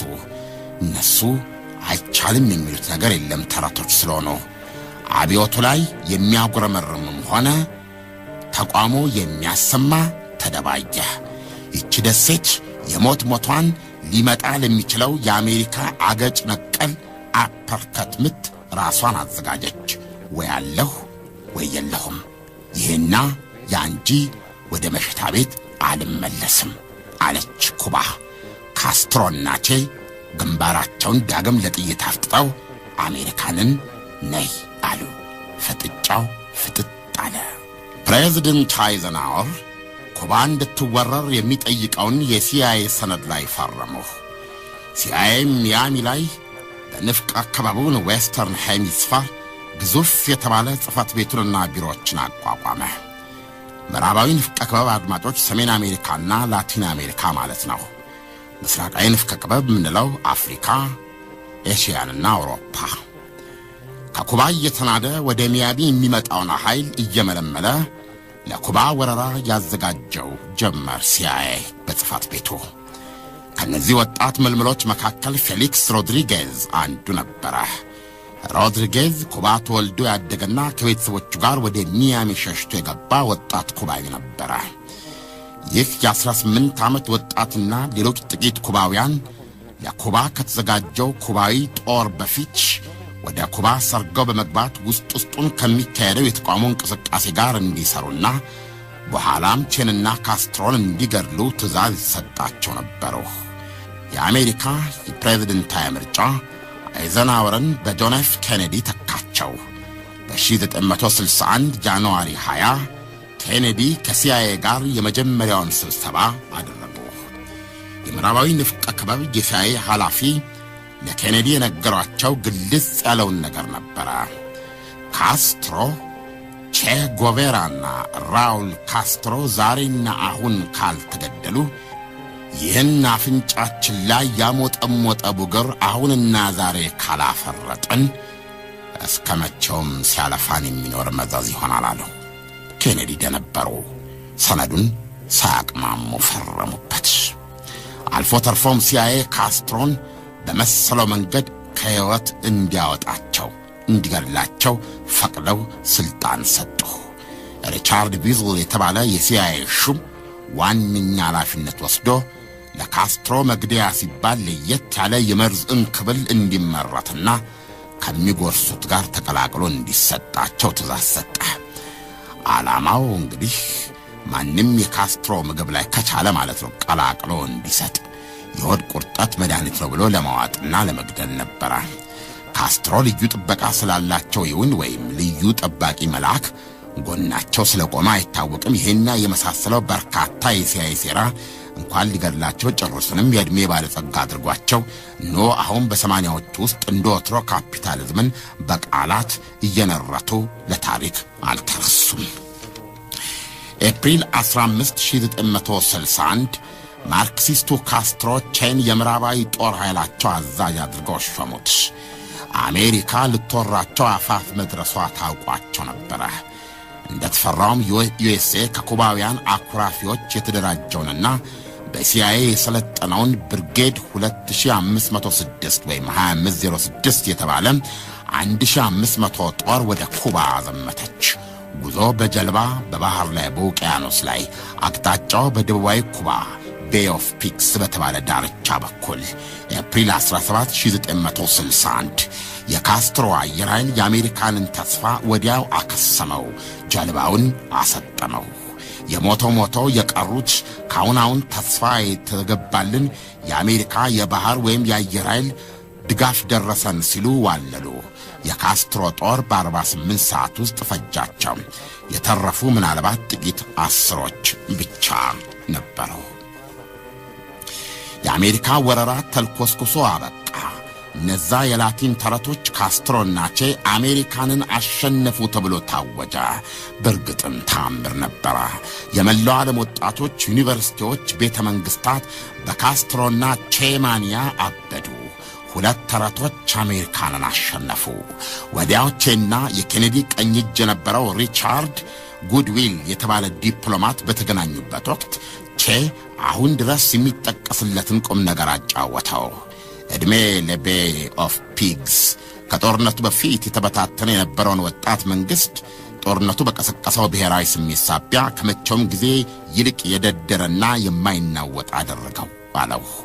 አሜሪካ ሽንፈትና ውርደቱ ክፉኛ ስለቆጠቆጣት አስፈሪውንና ኃያሉን የራሷን መደበኛ ጦር በመጠቀም ሚጢጢዋን ደሴት ቢልቢል ከሚለው አብዮታዊ ቋያዋ ጋር ዋጥ ስልቅጥ እንደምታደርጋት ተረቶቹ ካስትሮና ቼ ፈጽሞ አልተጠራጠሩም ነበረ።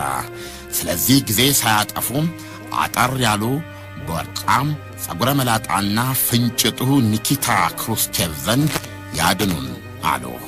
ኒኪታ ክሩስቼቭ በስታሊን እግር የተተኩ ዋና ጸሐፊ ናቸው። ሥራቸው በሁለንተናዊ መስኩ የምዕራቡን ካፒታሊዝም በምስራቅ ኮሚኒዝም ላይ ብልጫ እንዳይኖረው የኃይል ሚዛኑን መጠበቅ ነው። ይህንንም ለማረጋገጥ ከአየር ከምድር ከባህር ሰርጓጅ መርከብ ወደ አሜሪካና ሳተላይቶቿ የሚወነጨፉ የምጽአት ቀን ኒውክሌር ታጣቂ ሚሳይሎች ደግነውና አስጠምደው ጨርሰዋል። ይሁንና በዚህ በጥቁር ባህር ትይዩ ግሪክ ላይ አሜሪካ ወደ ግንባራቸው የደገነችው ኒውክሌር ተሸካሚ ሚሳይሎች ሁሌም ሲከነክናቸው ኖረዋል። የት ሄደን ነበረ ይሄ ሲተከል እዚህ አፍንጫችን ስር? እዚህ በራችን አፍንጫችን ላይ ያሉ እንዴት እንቅልፍ ይወስደናል ይሉ ነበረ። ይሄ በብዙ ምስጢራዊ መረጃዎች የተረጋገጠ የክሩስቼቭ ጭንቅ ነበረ፣ ራስ ምታት ነበረ። አሁን ታዲያ እነዚህ ቼና ካስትሮ የተባሉ ተረት ጎረምሶች አራለቅን ብለው እሳቸው ዘንድ ሲመጡ ክሩስቼቭ እግዚአብሔር ጸሎታቸውን የሰማ ያክል ነበረ የተሰማቸው። እግዚአብሔር አልኩ እንዴ? ይቅርታ፣ ዲያሌክቲካዊ የተጠየቀ ጸሎታቸውን የሰማ ያህል ነበር የተሰማቸው ተብሎ ይስተካከልልኝ። ኒኪታ ክሩስቼቭ ደስታውን አልቻሉትም። ቼና ካስትሮ ያሰቡትና የፈለጉት የአየር መቃወሚያ ሚጉን፣ ታንኩን፣ መድፉን፣ የጦር መርከቡን ወዘተና የራሽያን አሰልጣኝ ወታደሮች ቀዩን ጦር ነበረ። ክሩስቼቭ ግን አላስጨረሷቸውም። ልጃቸው አሌክሳንደር እንደተናገረው ክሩስቼቭ ይህን መደበኛ መሳሪያ የምትሉትን ነገር ተውት ልጆች፣ በሱ ሊሆን አይችልም። አያችሁ፣ አሜሪካ ቀይ ነው ማየት ያለባት፣ የሚገታት ሽምቅቅ የሚያደርጋት ነገር የሆነ ምልክት አሉ። የአፍንጫቸው ላይ የኒውክሌር አረሮች ወርሄድስ የሚጫኑ መካከለኛ ርቀት መቺ ሚሳይሎችን አድርገውና የሆነ ነገር እንኳ ቢፈጠር ምዕራባዊውን ንፍቀ ክበብ አሜሪካንና መላ ላቲን አሜሪካንን ጨምሮ ሙልጭ ምሽክ አርጎ ሊያጠፋ የሚችል ሚሳኤል፣ ያም ኒውክሌር የሚተኩስ ሚሳኤል፣ ሚሊዮኖች ሬሳ የሚቆልሉ ሚሳኤሎች። ቼ በሕይወት ዘመኑ እንደዛች አፍታ ደስተኛነት አጣጥሞ ሊያውቅ አይችልም። ፌራው ተጀመረ። ክሩስቼቭ ለደሴቷ ኩባ ስንዴና የሕንፃ መሳሪያ እያሉና ያስመሰሉ ሚሳኤሎቹን በታትነው አሰረጉ በመርከብ። ቁጥሩ ከፍተኛ የሆነው የማርክስ ኤንግልስና ሌኒን እሳቤ ተዋጊ ቀዩ ጦር ኩባ ደረሰ። ሚሳኤሎቹ ወደ አሜሪካ ተነጣጥረው ተደገኑ። የአሜሪካ ጨረቃ ታካኪ የስለላ አውሮፕላኖች ቁልቁል እያዩ ስንዴና የሕንፃ መሳሪያ እየተባለ የገባውን የሶቪየት ኅብረት ኒውክሌር ወርዋሪ ሚሳኤል ተተክሎና ተደቅኖ እንዳለ አነሱት ፎቶግራፍ። አሜሪካ ከዛ በፊትም ሆነ በኋላ እስካሁን ድረስ እኔ እንደማቀው እንደዛን ጊዜ የህልውና ድንጋጤ ተሰምቷት አያውቅም። ወደ ኩባ የሚገባና የሚወጣ መርከብ ላይ ሁሉ እገዳ ጣለች ብሎኬድ። ሳይፈተሽ የሚያልፍ አንዳችም ነገር አይኖርም ተባለ። ይበንዲ እንዳለ ኒውክሌር ቶርፒዶ የታጠቁና የአሜሪካ ባህር ኃይል አየር ኃይልን ጥቃት የሚፈጽምባቸው መስሏቸው ከተሰማቸው ራሳቸውን ለመከላከል እርምጃ የመውሰድ መብት አላቸው የተባሉ 3 የሶቪየት ሰርጓጅ መርከቦችም ከበባው ውስጥ ገብተው ተጨንቀዋል። ዓለም በይፋ የኒውክሌር ጦርነት ዶጋመድ ከመሆን የዳነችው እነዚህ የራሽያ ካፒቴኖችና የአሜሪካ ባህር ኃይል አዛዦች ከተሰጣቸው ትዕዛዝ ባለፈም ራሳቸው በራሳቸው ነገሮችን ለማለዘብና ለማብረድ ፍጹም ታጋሽ ሆነው በመገኘታቸው ብቻ ነው። አንድ የራሽያ ካፒቴን ከበላያቸው የአሜሪካ ባህር ኃይል ሄሊኮፕተር ከውሃ ስር ወደ ውሃው የላይኛው ክፍል እንዲወጡ ለማስገደድ የጣለባቸው የማስፈራሪያ ፈንጂ የመርከባቸውን ጎን በመሰርጎዱ ቢናደዱም ምላሽ አልሰጡም ነበር። ምክንያቱም የከበቧቸው የአሜሪካን ባህር ኃይል ተዋጊ መርከቦችንና አውሮፕላኖችን ሄሊኮፕተሮች መካከል እነዚህ ሰርጓጆች ኒውክሌር ይታጠቃሉ ብለው በፍጹም አልጠረጠሩም ነበርና ነው። ይህንን ካፒቴኑ ያውቃሉ። የሰርጓጇ ሙቀት ከልክ በላይ ጨምሮ እሳቸውና ወታደሮቻቸው መተንፈስ እያቃታቸው ጭምር ሁሉን ነገር ታግሶ መቆየትን ብቻ ነበር የመረጡት። እዛው መስታወት ፊት ቆመው ሳለ ጸጉራቸው መሃል አንድ ሽበት ብቅ አለ። ራሳቸው እንደተናገሩት የጭንቀትና የውጥረቱን ሁኔታ ይገልጽላቸዋል ብዬ ነው። ከብራቸውን ውጠው እኚህ ካፒቴን ወደ ውሃው ላይኛው ክፍል ወጡ። ግን እጅ አልሰጡም። አሜሪካኖችም ሊማርኳቸው አልፈለጉም ነበር። 3ቱ ሰርጓጆች በነፍስ ወከፍ 3 ቶርፒዶ ታጥቀዋል። ኒውክሌር ናቸው። አንዱ ብቻውን በፓሲፊክ ውቅያኖስ ላይ የነበረውን የዩናይትድ ስቴትስ አሜሪካ የጦር መርከቦች፣ ጀቶች፣ ሁሉንም የጦር ቅራቅንቦ በሙሉ እብስ አድርጎ የማውደም አቅም ነበረው። ከዛ በኋላ ግን የሚቆም አይኖርም። ዩናይትድ ስቴትስ በቁጣ ምላሽ ስትሰጥ፣ ሶቪየት ራሷን ስትመክት ይቻለም አልነበረችም። ዛሬ የምንሰማው ነገር አይኖርም። ዓለማችን በማያባራ ጭስ የተዋጠች ማሰሻ በሆነች ነበረ። ያለ ሕይወት ጭር ያለች ዓለም። ኩባን ለመውረር አንድ ክፍለ ጦር ባህር ኃይሏ ለባህር ለምድርና ለአየር ጥቃት አዘጋጅታ የነበረችው አሜሪካ ከክሩስቼቭ ሶቪየት ኅብረት ጋር ተፋጠጠች። ኩባን በምንምና በምንም ምክንያት መቼም እስከ መቼም አልወርም የሚል ቃሏን ሰጡ ኬነዲ። ክሩስቼቭም ለብዙዎች ሽንፈት በመሰለ ትሕትና ሚሳኤሎቹን እያስነቀሉ በመርከብ ወደ ሞስኮ አስጭነው መሳስ እያሉ መውጣት ጀመሩ። የስምምነት ሲደረስ ዓለማችን ከልቂት የተረፈችው ክሩስቼቭ ካስትሮንና ቼ ከድርድሩ ካባረሩ በኋላ ነበረ። ምክንያት አላቸው። ክሩስቼቭ ለብዙዎች ሽንፈት በመሰለ ትሕትና ሚሳኤሎቹን እያስነቀሉ በመርከብ ወደ ሞስኮ አስጭነው ወደ ቤት እብሳሉ። የስምምነት ሲደረስ ዓለማችን ከልቂት የተረፈችው በዚህ ነው። ክሩስቼቭ ካስትሮንና ቼን ከድርድሩ ካባረሩ በኋላ። ምክንያት የሁለቱ ተረቶች የቼና የካስትሮ ፍላጎት እንዲህ አልነበረም። የኒውክሌር ሚሳኤሉ ፈጽሞ እንዳይነቀል ነበር የፈለጉት። አሜሪካም ይህን እያየች የተደገኑት የኒውክሌር ሚሳኤሎች መኖራቸውን እያወቀች በመደበኛ ጦሯ ወረራ ካካሄደች ክሩስቼቭ በኒውክሌር ጥርግርግ እንዲያደርጓት ነበረ። ይሁንና ክሩስቼቭ እምቢኝ ማለታቸው ከቼ ጋር በተለይ ሆድና ጀርባ አደረጋቸው።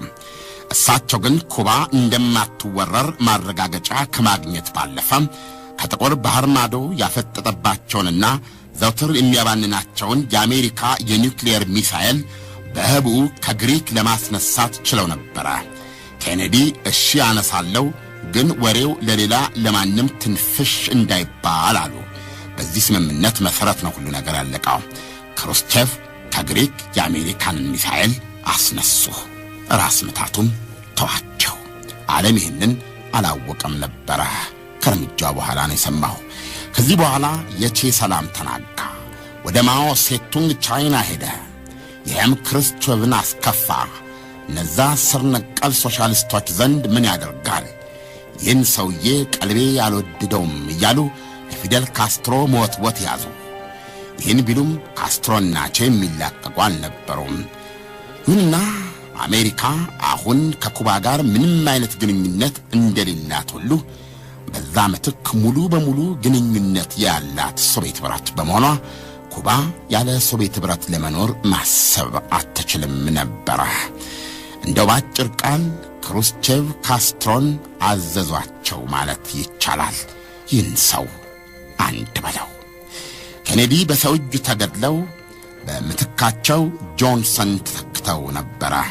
ጊዜው 1964 አሜሪካ በቪየትናም ጦርነትና አፍሪካ ውስጥ በሚሰማው አብዮታዊ ሮሮና ጉሩምሩምታ በእጅጉ ተወጥራለች።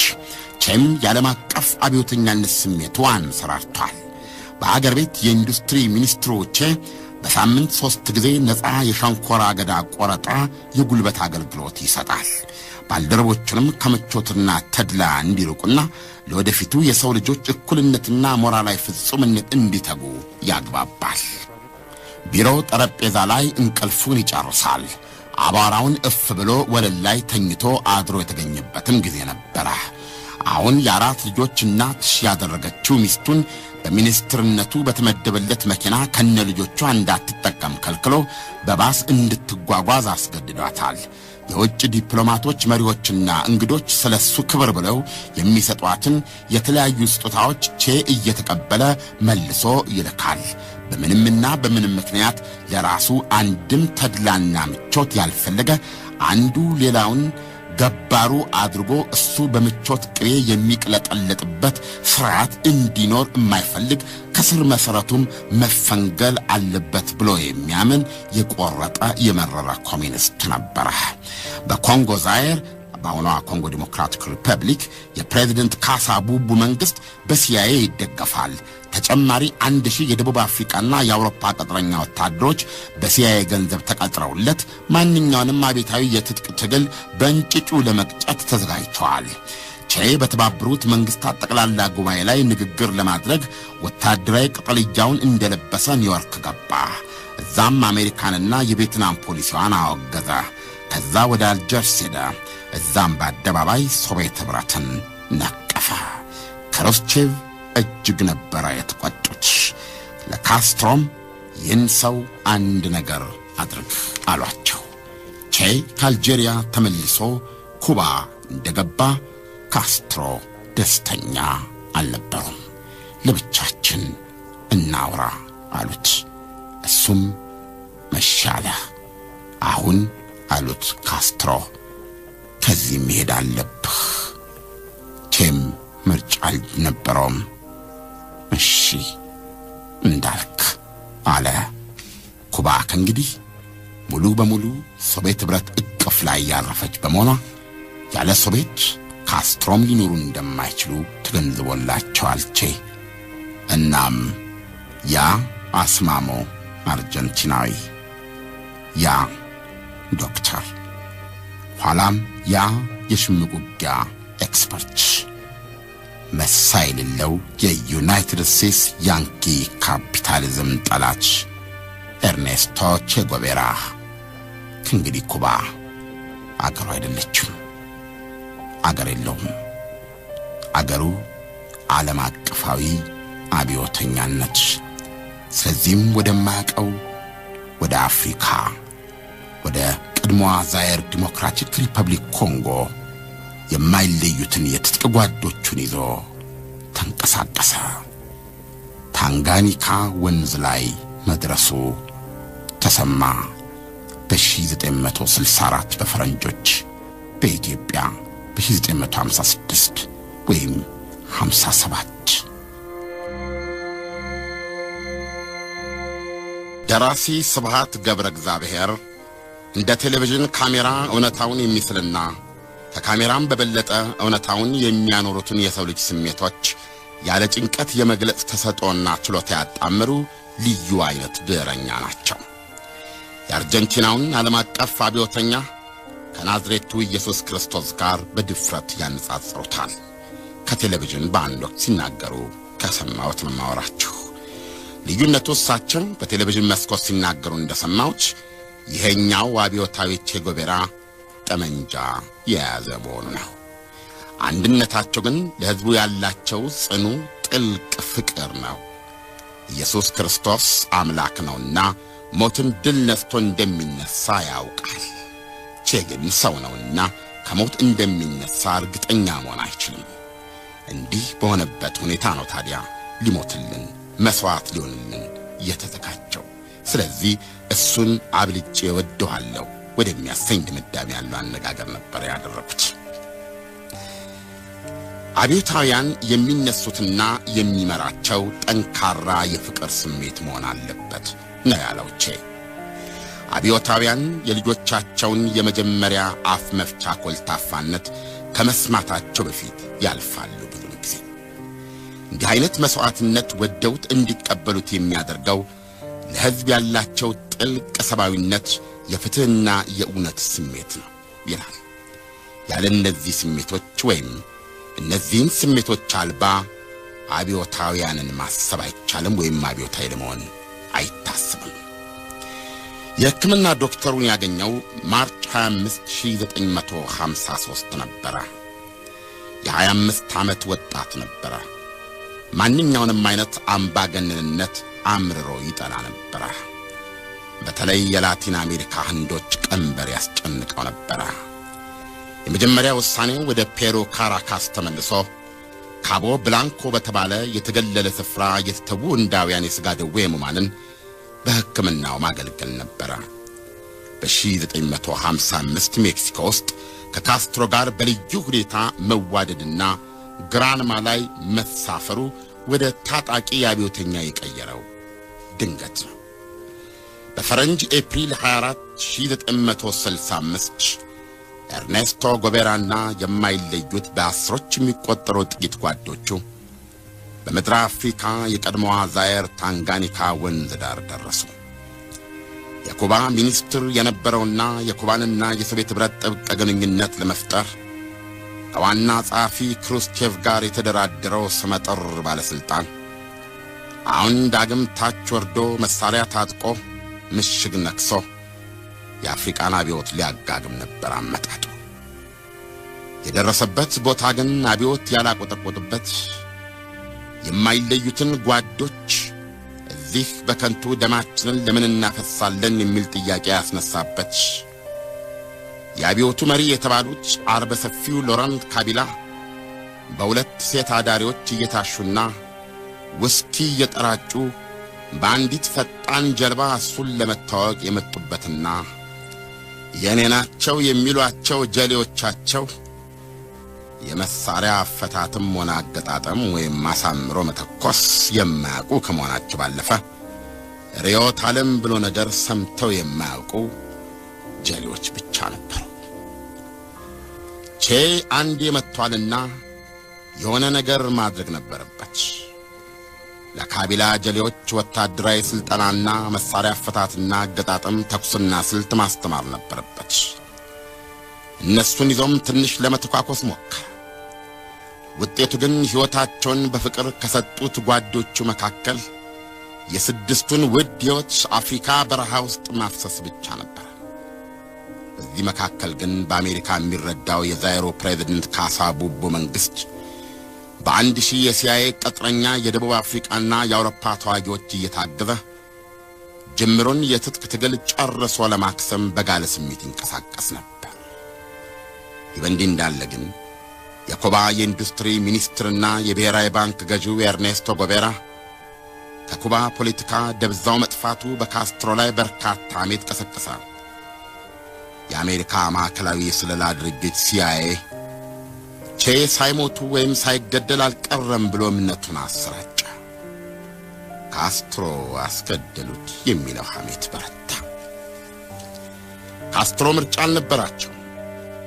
የራሳቸውን ከደሙ ንጹህነት ለማረጋገጥ ከመሄዱ በፊት ሰጥቷቸው የሄደውን ደብዳቤ ማንበብ ነበረባቸው። በአገሪቱ ሚዲያ ቀርበው ራሳቸው አነበቡት።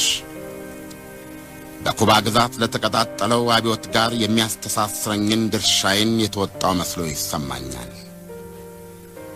ስለዚህ ተዋጊ ጓዶቼንና አሁን የኔም የሆነውን የኩባን ሕዝብ ደህና ሁኑ እያልኩ ከነበረኝ አመራር ቦታ የሚኒስትር ማዕረግ፣ ወታደራዊ አዛዥነትና የኩባ ዜግነቴ በይፋ አሰናበታለሁ። ኤርኔስቶ ቼ ጉቬራ። ቼን ደብዳቤውን ለካስትሮ ጽፎ ሰጥ ግን በፍጹም ይፋ ይደረጋል ብሎ አልጠበቀም። እንዲሆንም ስምምነት አልነበራቸውም። ይሁንና ካስትሮ የጓዳቸው ቼ አስገዳይ ወይም ገዳይ ተብሎ የመታማቱ ሴራ ደብዳቤውን ይፋ እንዲያደርጉ አስገድዳቸው።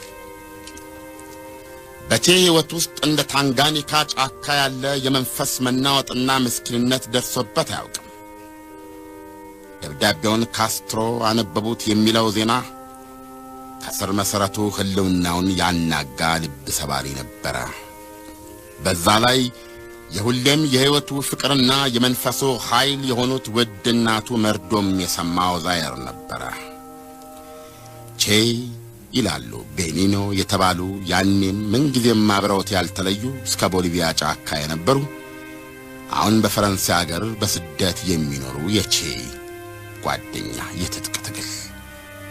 አሁን እሳቸው እንደሚያምኑት ያውኗ ኩባ በፍጹም ቼ ያሰባት ኩባ አይደለችም። አሁን እሱ በሕይወት ቢኖር ኖሮ በልብ ድካም ይሞት ነበር ባይ ናቸው። እሳቸው አሁንም ከኩባ ጋር ስላልተስማሙ የመጨረሻ ዕድሜያቸውን በፓሪስ ነው እየገፉ ያሉት።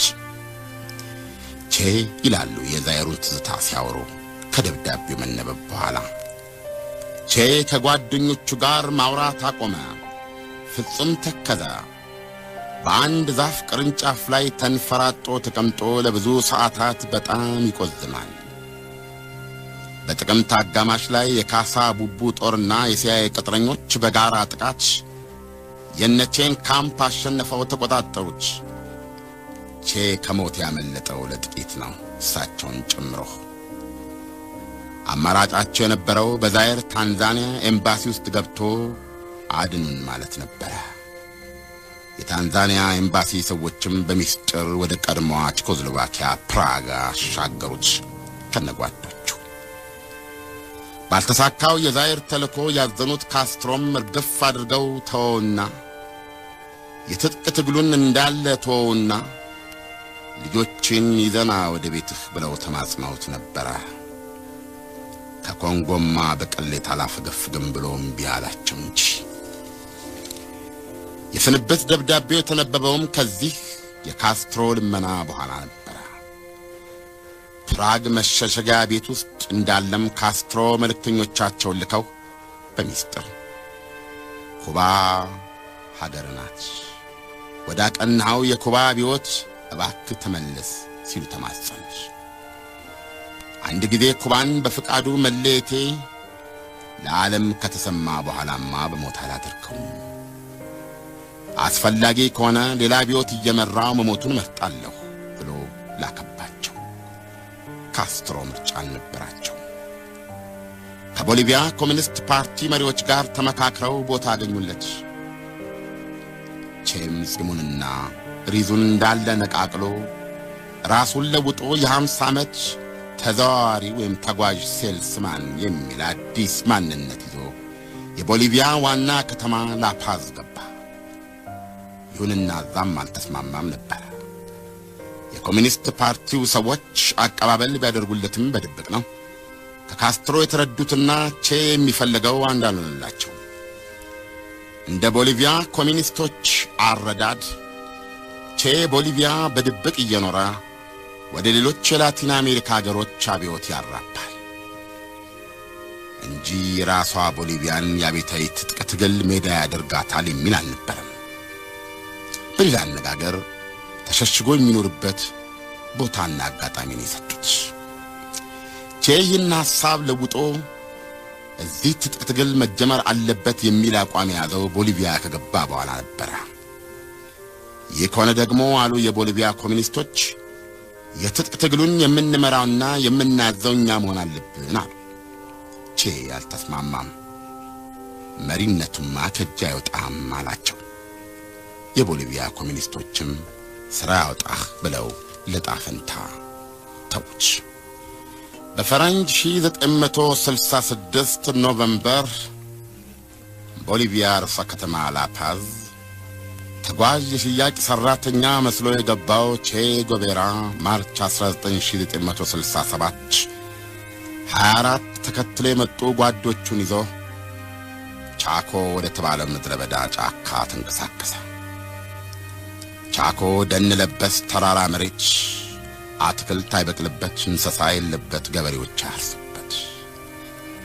ከቼ ጋር ወደዚህ ምድረ በዳ ከተንቀሳቀሱት 24 ተዋጊ ጓዶቹ ሌላ የአብዮቱ ነባር ደጋፊ የሆኑ ሬጌ ደብሬና ዜሮ ቡስቶስ የተባሉ 2 ፈረንሳውያን አርቲስቶችም ነበሩ። የተወሰነ አነስተኛ ቁጥር ያላቸው ቦሊቪያንም ፍቃደኞች ተሰልፈዋል። በፊት የምስራቅ ጀርመን ሰላይ የነበረች አሁን ደግሞ በሶቪየቱ ኬጂቢ ወኪልነት የምትጠረጠር ታኒያ የተባለች ጀርመናዊት ከውጭው ዓለም ጋር የምታገናኛቸው ብቸኛ ክራቸው ነበረች። ምግቡም ሆነ ልብሳቸውና ጫማቸው በሷ በኩል ነበር የሚመጣላቸው። ሴቲቱ የቦሊቪያ መንግሥት ከፍተኛ ባለስልጣኖች ድረስ ያለ ችግር ከፍታ የምትገባ አደገኛ ሰላይ ነበረች። አንድ ጊዜ እንዲህ የምትሰራውን ሰራርታ ወደ እነቼ ደርሳ ለመመለስ ወደ ዱሩ እንድትንቀሳቀሰች ማንነቷ ተጋለጠ። በሄደችበት መቀረት ነበረባት። የቦሊቪያ መንግሥትም የሷን ድካ ተከትሎ 40 ወታደሮች ላከባት። እነቼም እዚህ ቃኝ ጦር ላይ ደፈጣ ጣሉ። በተለይ ኤፕሪል 10 2 ደፈጣ ጥቃት አደረሱ። ከዛም ቼ አማጺ ጦሩን በሁለት ከፈለው። ዊሊ የሚባለው ነባር ታጋይ የደጀኑን፣ ቼ ደግሞ የግንባሩን ጦር እንዲመሩ ተከፋፈሉ። ይህን ደጀንና ግንባር በሁለት ተከፍሎ የመንቀሳቀስ ስልት ነድፎ ቼ 2ቱን ፈረንሳውያን አርቲስቶች ለካስትሮ መልእክት አድርሱልኝ ብሎ ላካቸው። አርቲስቶቹ ፈረንሳውያን ብዙም ርቀው ሳይሄዱ የቦሊቪያ ጦር እጅ ወደቁ። የመረመራቸው አንድ የቦሊቪያ ጦር 50 አለቃ ነበረ። እጅግ የተራቡትንና የተጠሙትን ፈረንሳውያን አብዮት አድናቂዎች መረጃ እንዲዘከዝኩ ለማድረግ 50 አለቃው የተጠቀመበት መንገድ እህልዋ መስጠት ብቻ ነበረ። በቻኮ ጫካ የትጥቅ ትግል መጀመሩንና አማጺያኑም ምን ያህል እንደሆኑ መንገር ብቻ ሳይሆን ዓለም አቀፋዊው አብዮተኛ ኤርኔስቶ ቼ ጎቬራም እዚህ ነው ያለው ብለው ለመርማሪው አስደነገጡት። ይህን ሁሉ የሚያወሩት የበሉትን እንኳ በቅጡ ሳይጎርሱ ነው። ቡዳ እንደበላው ሰው ነበር የሚለፈልፉት፣ ወይም እንደ ዘመናችን የኤፍኤም ስፖርት ጋዜጠኞች። ፈረንሳውያኑ አርቲስቶች አሁን እኛ እናንተ እጅ ወደቅነውም ወደ ካስትሮ ልኮን ስንሄድ ነው አሉ። የቦሊቪያ ጦር በአንድ ጊዜ ለእንዲህ አይነት ክውታና የምስራች ተጋልጦ አያውቅም። ኤርኔስቶ ቼ ጎቬራ የኩባ አብዮት መሪና ጫሪና መሪ፣ የክሩስቼቭና የማኦ ሴቱንግ ጓደኛ፣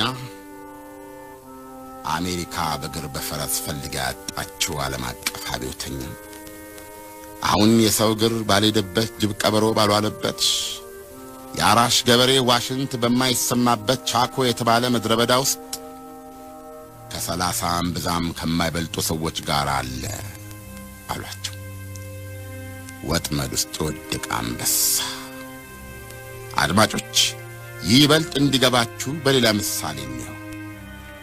ዩናይትድ ስቴትስ አሜሪካ ከ9/11 ጀምሮ የምታድነው ሚሊዮነሩ ሳውዲ አረቢያዊ አክራሪ ሃይማኖተኛ አማጺ ኦሳማ ቢንላደን እያለ የለም እያሉና በግፍጫ የሞቱለት እስካሁን ሕይወቱን ካቆዩት የጓዶቹና የአጋሮቹ ሰባዊ ጫካ ውስጥ ወጥቶ ወዴትም ሊሄድም ሆነ ባለበት ሕይወቱን ለማቆየት የሚያስችሉ ነገሮች በሌሉበት በውል የሚታወቅና በቀላል ቅኝት የሚደረስበት ምድረ በዳ ውስጥ አሁን አለ የሚል ወሬ ለፕሬዝደንት ባራክ ሁሴን ኦባማ ቢደርሳቸው ይታያችሁ።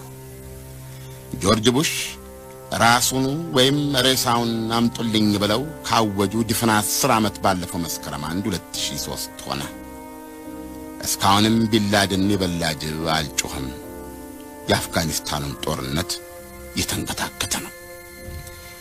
ለ12 ዓመታት ያደነችው አብዮተኛው ኤርኔስቶ ቼ ጉቬራ ግን በቻኮ ምድረ በዳ በሞትና በሽረት መካከል ይገኛል የሚለውን ወሬ ፈረንሳያኑ አርቲስቶች ለቦሊቪያ 50 አለቃ አዝረጠረጡት።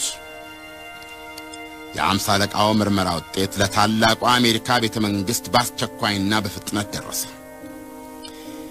ኒክሌሯን፣ ዶላሯን፣ ሆሊውዷን ይዛ የጠሏትንና ሊያጠፏት የቆሙትን ሁሉ በማደን ዕድሜዋን የጨረሰችውና ፈጽሞም ማሰለቸው ዩናይትድ ስቴትስ አሜሪካ የቼን ህልውና በማንኛውም መልኩ የመፈጸሙን ሥራ ቁጥር 1 አገራዊ ተልዕኮ አደረገች።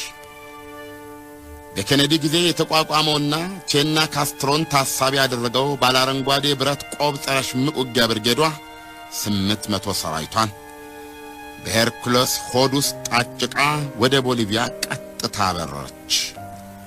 ከነሱ በፊት ቀድሞ ፌሊክስ ሮድሪጌዝ የተባለ ዕድሜውን በጸረ ካስትሮና ቼ ተልዕኮ ላይ ያሳለፈ እነሱን ለመግደል ሃቫና ድረስ ሲንገዋለል የኖረ ኩባዊ የሲአይኤ ኤጀንት ቀድሞ ቦሊቪያ በሯል።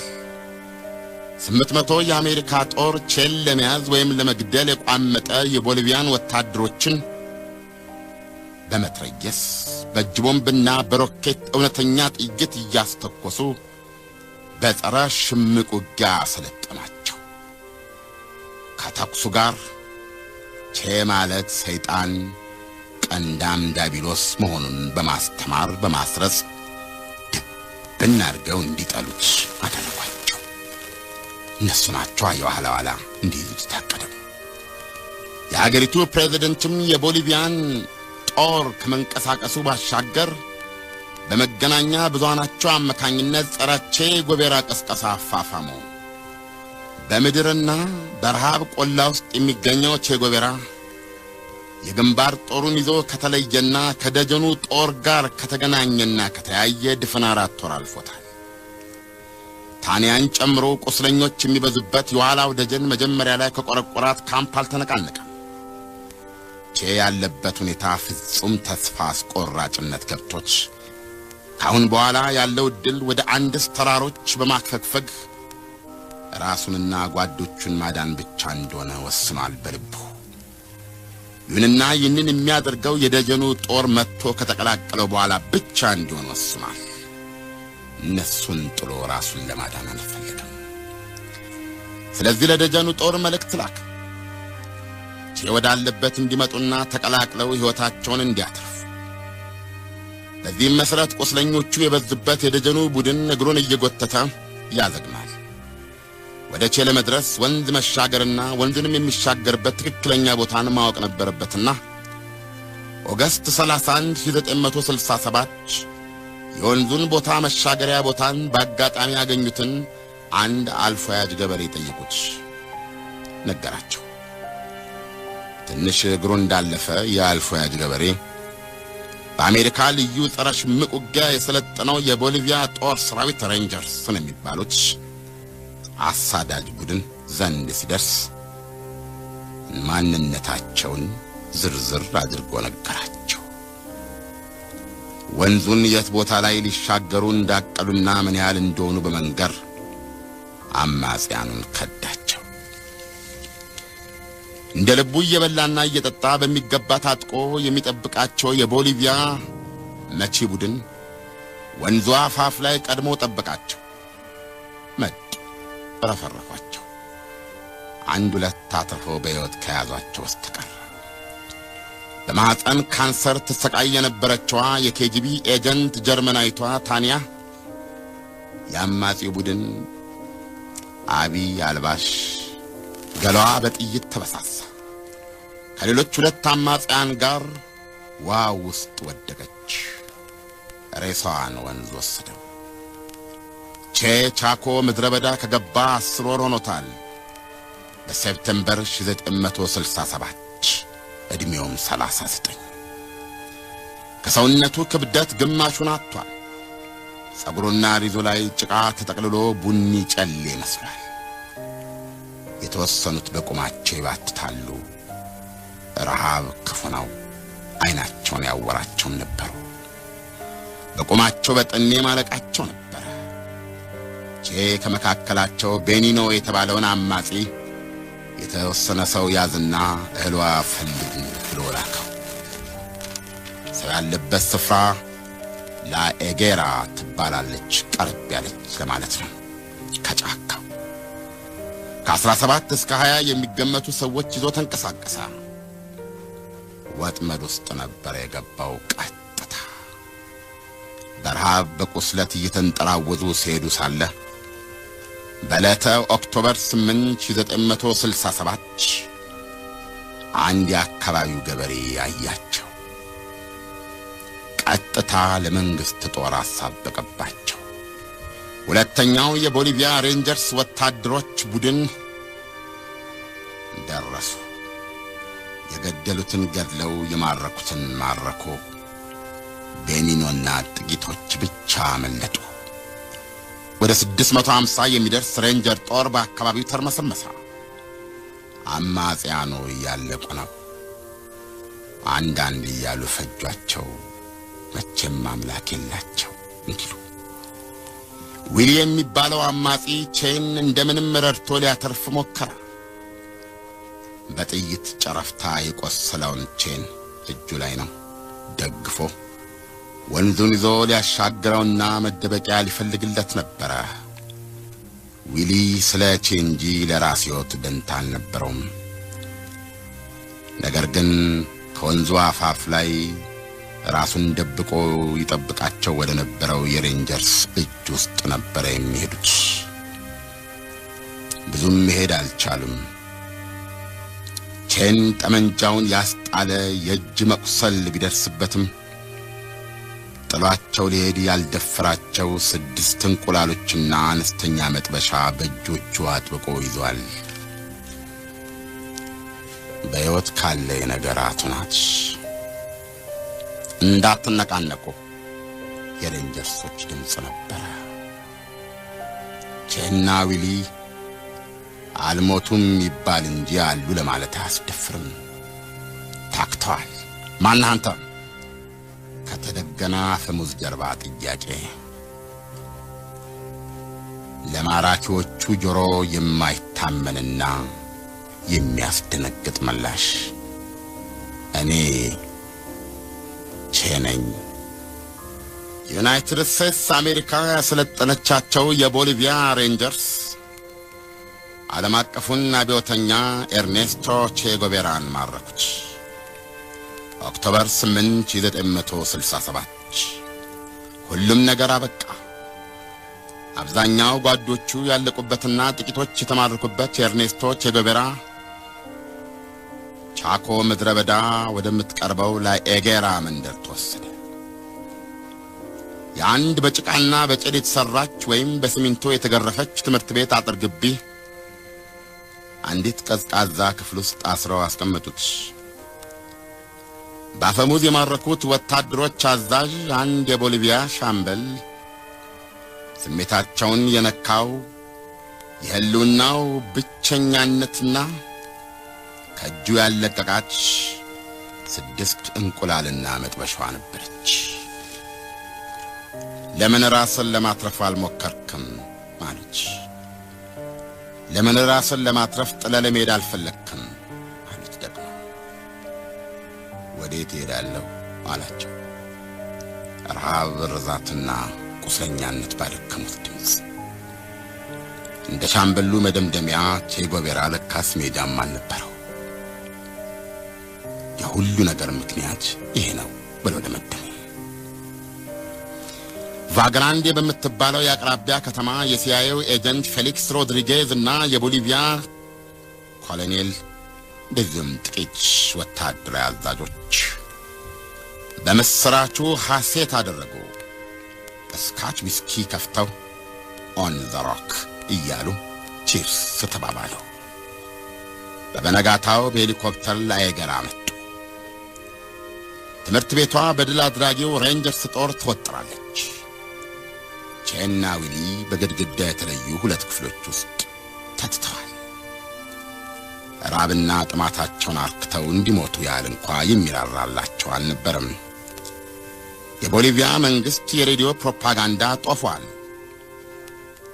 እኩዩ ጠቋራውና አስቀያሚው ቼ ተይዞ በዚህ ትምህርት ቤት አንድ ክፍል ውስጥ ይገኛል እያለ ያውጃል። ኢቪል፣ ብላክ፣ ሂዲየስ። ቼ የታሰረበት ክፍል የክፍል ኃላፊ መምህርት የሆነች ጁሊ ኮርቴዝ የምትባል አስተማሪ ይህ እንደ ጫካ ጅብ የተወራበትን እኩይ ጠቋራና አስቀያሚ ጭራቅ ልታይ ወደ ትምህርት ቤቱ ሄደች። በነገራችን ላይ አድማጮች እኩይ ጠቋራ አስቀያሚ የሚሉትን ቃላት ስናገር ከኔ መጥቶ አይደሉም፣ የቦሊቪያን አነጋገር ቀጥታ ያቀርብኩ ነው። የሁሉም ነገር ትርጓሜ በእነሱ እጅ ነው። ለዚች መምህር ወታደሮች አልከለከሏትም። የድላቸውን ውጤት ለማየት መፈለጓ ደስታቸው ነበረ። አይኗ ከርዕዮተ ዓለም፣ ከትጥቅ ትግል፣ መስዋዕትነት፣ ድልና ሽንፈት፣ አንጃ ግራንጃ ውጭ ነበረ። ይህች ሴት መደበኛ ሴት ናት። እይቷም የአንድ ሴት የማወቅ ጉጉት ብቻ ነበረ። ጥማት፣ ጠኔና ቁስለት ከሰው ተራ ያወጡት ጨበሬ ጸጉርና ሪዝ ቼ አግዳሚ ወንበር ላይ ኮስስ ብሎ ቁጭ ብሎ አየችው። ይሄ እኩይ ጠቋራ አስቀያሚ አለች በመገረም። ሲያምር፣ እንደዚህ የሚያምር እጅግ ቆንጆ ሰው አይቼ አላውቅም። ኤክስትራኦርዲናሪሊ ቢዩቲፉል። የአይኑ ቅንድብ፣ የአፍንጫው አወራረድ፣ አፍና ከናፍሮቹ ውብ አለች እንዳየችው። በለስላሳ የፊት እጆቿ ዘርግታ ዳበሰችው፣ ዳሰሰችው። እምባዋ ግፍ አለለት። መጣው ተመልሼ ብላ ወጣች። ከጥቂት ደቂቃዎች በኋላ ተመለሰች። በአነስተኛ ጎድጓዳ ሳህን በግሩም ሁኔታ ተከሽኖ የተሰራ ሾርባ፣ ሽታው የረንጀርሶችን አፍንጫ ጣመመ ትኩስ ሾርባ በአነስተኛ ጎድጓዳ ሳህን ከማንኪያ ጋር ይዛለት ከተፋለች። እጣፈንታ ጠላቶቹ እጅ ጣለው ዓለም አቀፍ አብዮተኛ ራሱ በራሱ አንድ ሰው ሳይሆን አገር የሆነ ታላቅ ምርኮኛ ፊት ተንበርክካ ሳህኑን አመቻችታ ያዘችለት። ለወራት መራብና መጠማቱን በሚያሳይን ስፍስፍነትና ጉጉት ሾርባውን በትኩሱ ላፍ አርጎ ጨርሶ ቀና ሲል ፊቱ በእርካታ ጸዳል ለብሶ ነበር። አንቺ ሴት እውነቴን ነው የምልሽ፣ ሾርባሽ ወርቅ ያህል ነው በዚህ ሰዓት ለኔ አላት። ጥርሷ በደስታ ፈገግታ ከዓይኗ በሐዘን እንባ ፍንቅል አለ። ከዚህ በላይ ልትቆይ ያልተፈቀደላትም የሬንጀሮች አይነ ቁራኛ ያት ነበር። ከመምርቷ በኋላ ቼን ተራ በተራ የጎበኙት አንድ የቦሊቪያ ጦር ሰራዊት ኮሎኔልና የሲአይኤ ኤጀንት ፌሊክስ ሮድሪጌዝ ነበሩ። ሮድሪጌዝ በጣም በሚገርም ሁኔታ ቼን ለማዳን ይፈልግ ነበር። የተመለመለው እሱን ለማጥፋት ሆኖ ሳለ በዚህ ደቂቃና ቦታና ስፍራ እንደዚህ ሆኖ ሲያየው ግን ሊያድነው እንጂ እንዲሞት ለማየት ፈጽሞ አልፈልግም። ቼን ከክፍሉ አውጥቶ ውጭ ላይ አቅፎት ፎቶግራፍ ለማስታወሻ ተነሳ። ቁስለኛው ቼ ወደ ክፍሉ አግዳሚ ወንበር ተመለሰ። ብዙ ሳይቆይ ከቦሊቪያ ርዕሰ ከተማ ዋናው ትዕዛዝ በቴሌግራም ተላለፈ። ከላፓዝ ወታደራዊ እስ በቁጥር የተጻፉ ሚስጥራዊ ምልክቶች ነበሩ። የቦሊቪያው ኮሎኔል ለሥራ ወደ አንድ ቦታ ወጣ ብለው ስለነበረ መልእክቱን እንዲያስፈጽም በተዋረድ ትዕዛዙ ያረፈበት ሻምበል ሮድሪጌዝ ነበረ። በስፍራው የሚገኝ ባለ ከፍተኛ ማዕረግተኛ መኮንን የሚል ነበርና ነው መልእክቱ። 500 600 ይላል። ከዚህ በኋላ ቼ ሰው አይደለም፣ እንኳን አብዮተኛ እንኳን ዓለም አቀፍ ኃይል ይባል ስሙ እንኳ ወደ ቁጥር ተለውጧል። 500 ለቼ የተሰጠው ሚስጥራዊ መጠሪያ ነው። 600 ግደሉት ማለት ነው። 700 ቢሆን ኖሮ በሕይወት ይጠበቅ ማለት ነበረ። ቼን ለማዳን ፍላጎት የነበረው ብቸኛ ሰው የሲአይኤ ሮድሪጌዝ ነበር። ከመጀመሪያው ቼን ለመግደል ቢመለመልም እንዲሆኑ አገኘዋለሁ ብሎ ስላላሰበ ሊሆን ይችላል። ቼን በተመለከተ ከዋና አለቆቹ ሲአይኤ ጽሕፈት ቤት እስካሁን የደረሰው ምንም አይነት ተለዋጭ መመሪያ ባለመኖሩ የቦሊቪያ አዛዦችን መቃወም የሚችልበት መንገድ አጣ። በመጨረሻም የቦሊቪያ ኮሎኔል ከሄዱበት መስክ እንደተመለሱ የደረሰውን ትዕዛዝ 500-600 እያሳየ የቼን ሕይወት ለማዳን ትዕዛዙን ማስቀልበስ ይቻል እንደሆነ ሙከራ በማድረግ እንዲተባበራቸው ተማጸናቸው። በዚህ መካከል ድንገት ተኩስ ተሰማ። ፌሊክስ ሮድሪጌዝ ደንግጦ ወደ ቼ ክፍል ሮጠ። ቼ ተቆራምዶ እንደተቀመጠ ነበር። ተኩሱ ከጎረቤት ዊሊ ክፍል ውስጥ የተሰማ ነበር። ዊሊ ቼን ደግፎ ሊያተርፈው ሲሞክር የተያዘው አማጺ ነበር። እህሏ ያቀመሰው አልነበረም።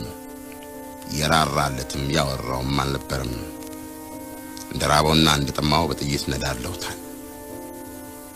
በድንጋጤ ምክንያቱን ለጠይቁት ሮድሪጌዝ የተሰጣቸው መልስ ሊያመልጥ ሲል ነው የሚል ነበር። ራብ፣ ጥማትና እንግልት ማስፈራሪቸው ያስመሰለውና እጁ የተጠፈረውን ዊሊ ሊያመልጥ ሲል ብሎ መናገር ግፍ ነበር። በቦሊቪያኖች ደም ጠሞች ነበሩ። ፌሊክስ ግራ በተጋባ መንፈስ ቼን የማዳን ሙከራውን ከኮሎኔሉ ጋር ሆኖ ሞከረ። ፌሊክስ ለኮሎኔሉ ያላቸው በእጄ ሄሊኮፕተር እንዳለና ወደ ፓናማ ይዘውት ሊበሩ እንደሚችሉ ከዛም ወደ ተፈለገበት ቦታ በፍጥነት ለማዛወር የሚያስችለውን በቂ ድርጅታዊ ሁኔታ የተመቻቸ መሆኑን ነበር። ይህንን ሐሳብ ይዘው ከቦሊቪያ ጄኔራሎች ጋር ግንኙነት ለመፍጠር እየታገሉ ሳለ የቦሊቪያ ሬዲዮ ዜና አወጀ። መልእክቱን ሰምታ ስትበር የመጣችውና ለፌሊክስ የነገረቻቸው አስተማሪዋ ጁሊ ነበረች። ደንግጣለች። ቼ በውጊያ በደረሰበት ቁስለት ምክንያት ሞተ ይላል። ቼ ግን ያኔ በሕይወት ነበረ። ነገሩ ግልጽ ነው። የቦሊቪያ ባለ 4 ኮከብ ሰዎች ቼን ገሎ መገላገሉን መርጠዋል በቁርጠኛነት። ፌሊክስ ከዚህ በኋላ ምንም ማድረግ አይችልም ነበር ትዕዛዙን ከማስፈጸም በስተቀር።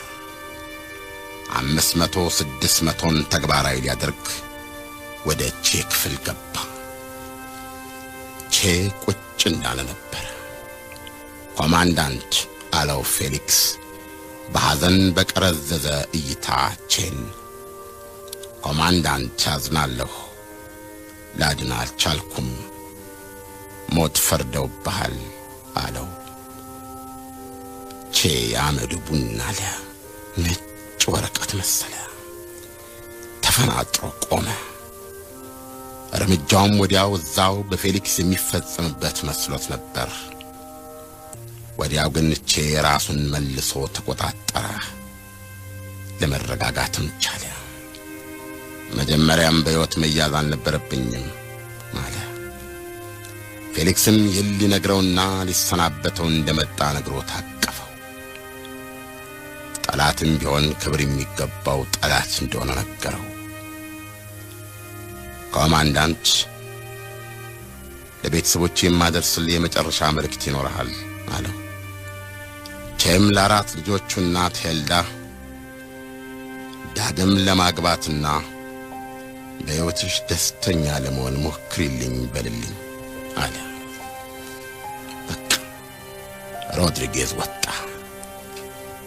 ግቢ ውስጥ ከነበሩ የቦሊቪያ ጸረ ሽምቅ ውጊያ ሬንጀሮች መካከል እስረኛውን ለመረሸን ፈቃደኛ የሆነ ወደኔ ይቅረብ አለ። ማሪዮ ቴራ የሚባል ልጅ ግራ 50 አለቃ በፈቃደኛነት ወጣ። ሮድሪጌዝም በውጊያ ላይ ቆስሎ ሞቷል ስለተባለ ራሱን እንዳትመታው ከራሱ በታች ነው መምታት የምትችለው አለና አዘዘው። ወጣቱ 50 አለቃ ወደ ቼ ክፍል ገባ። እዚህ የጌራ የተባለ የቦሊቪያ ደሳሳ መንደር ውስጥ የዓለም አቀፉ አብዮተኛ ሕይወት ይህን ያህል ደሳሳና ርካሽ ነበረች። ኦክቶበር 1967 ከቀኑ 6 ሰዓት ተኩል ነበር። ቼ 7 ሰዓት አይደርስም።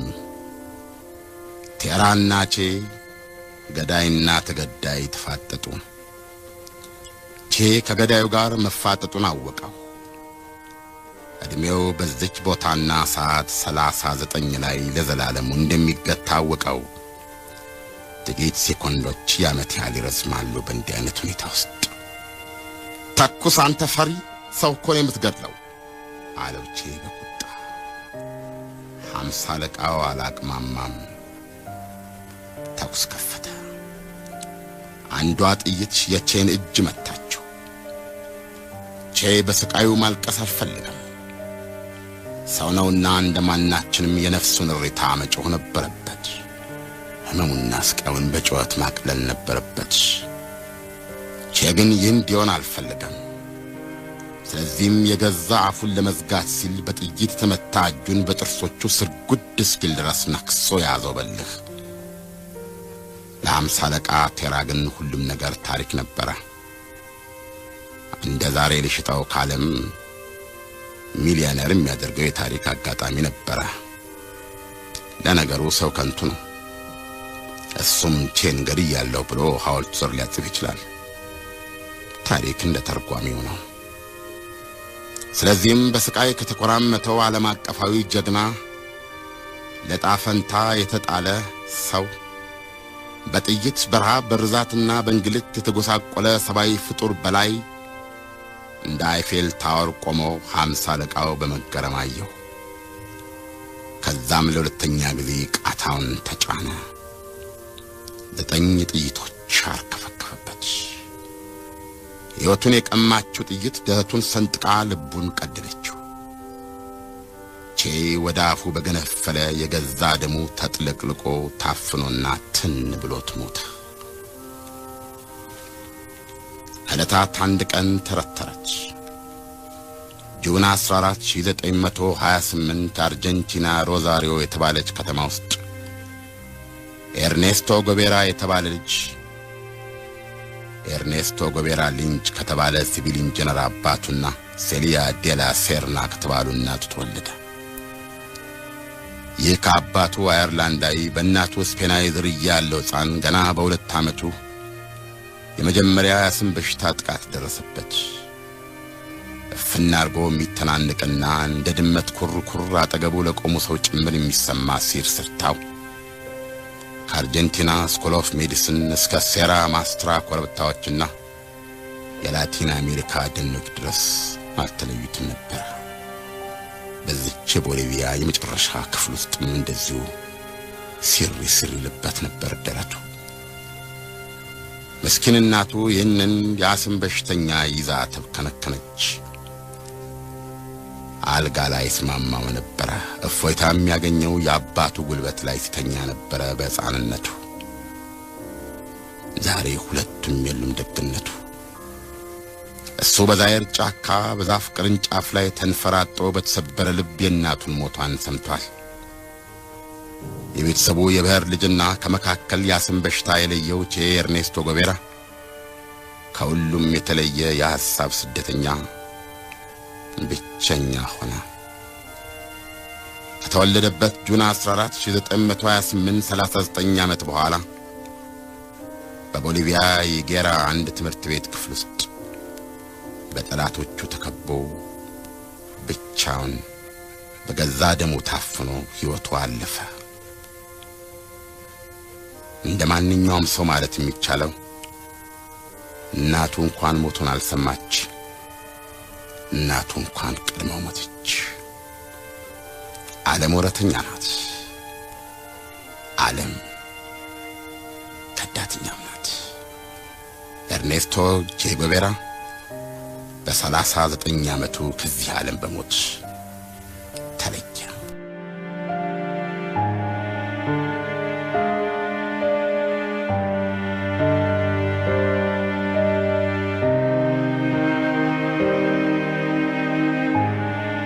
ይህ አዋዜ ልዩ ነው። ላይክ፣ ሼር፣ ሰብስክራይብ ያድርጉ።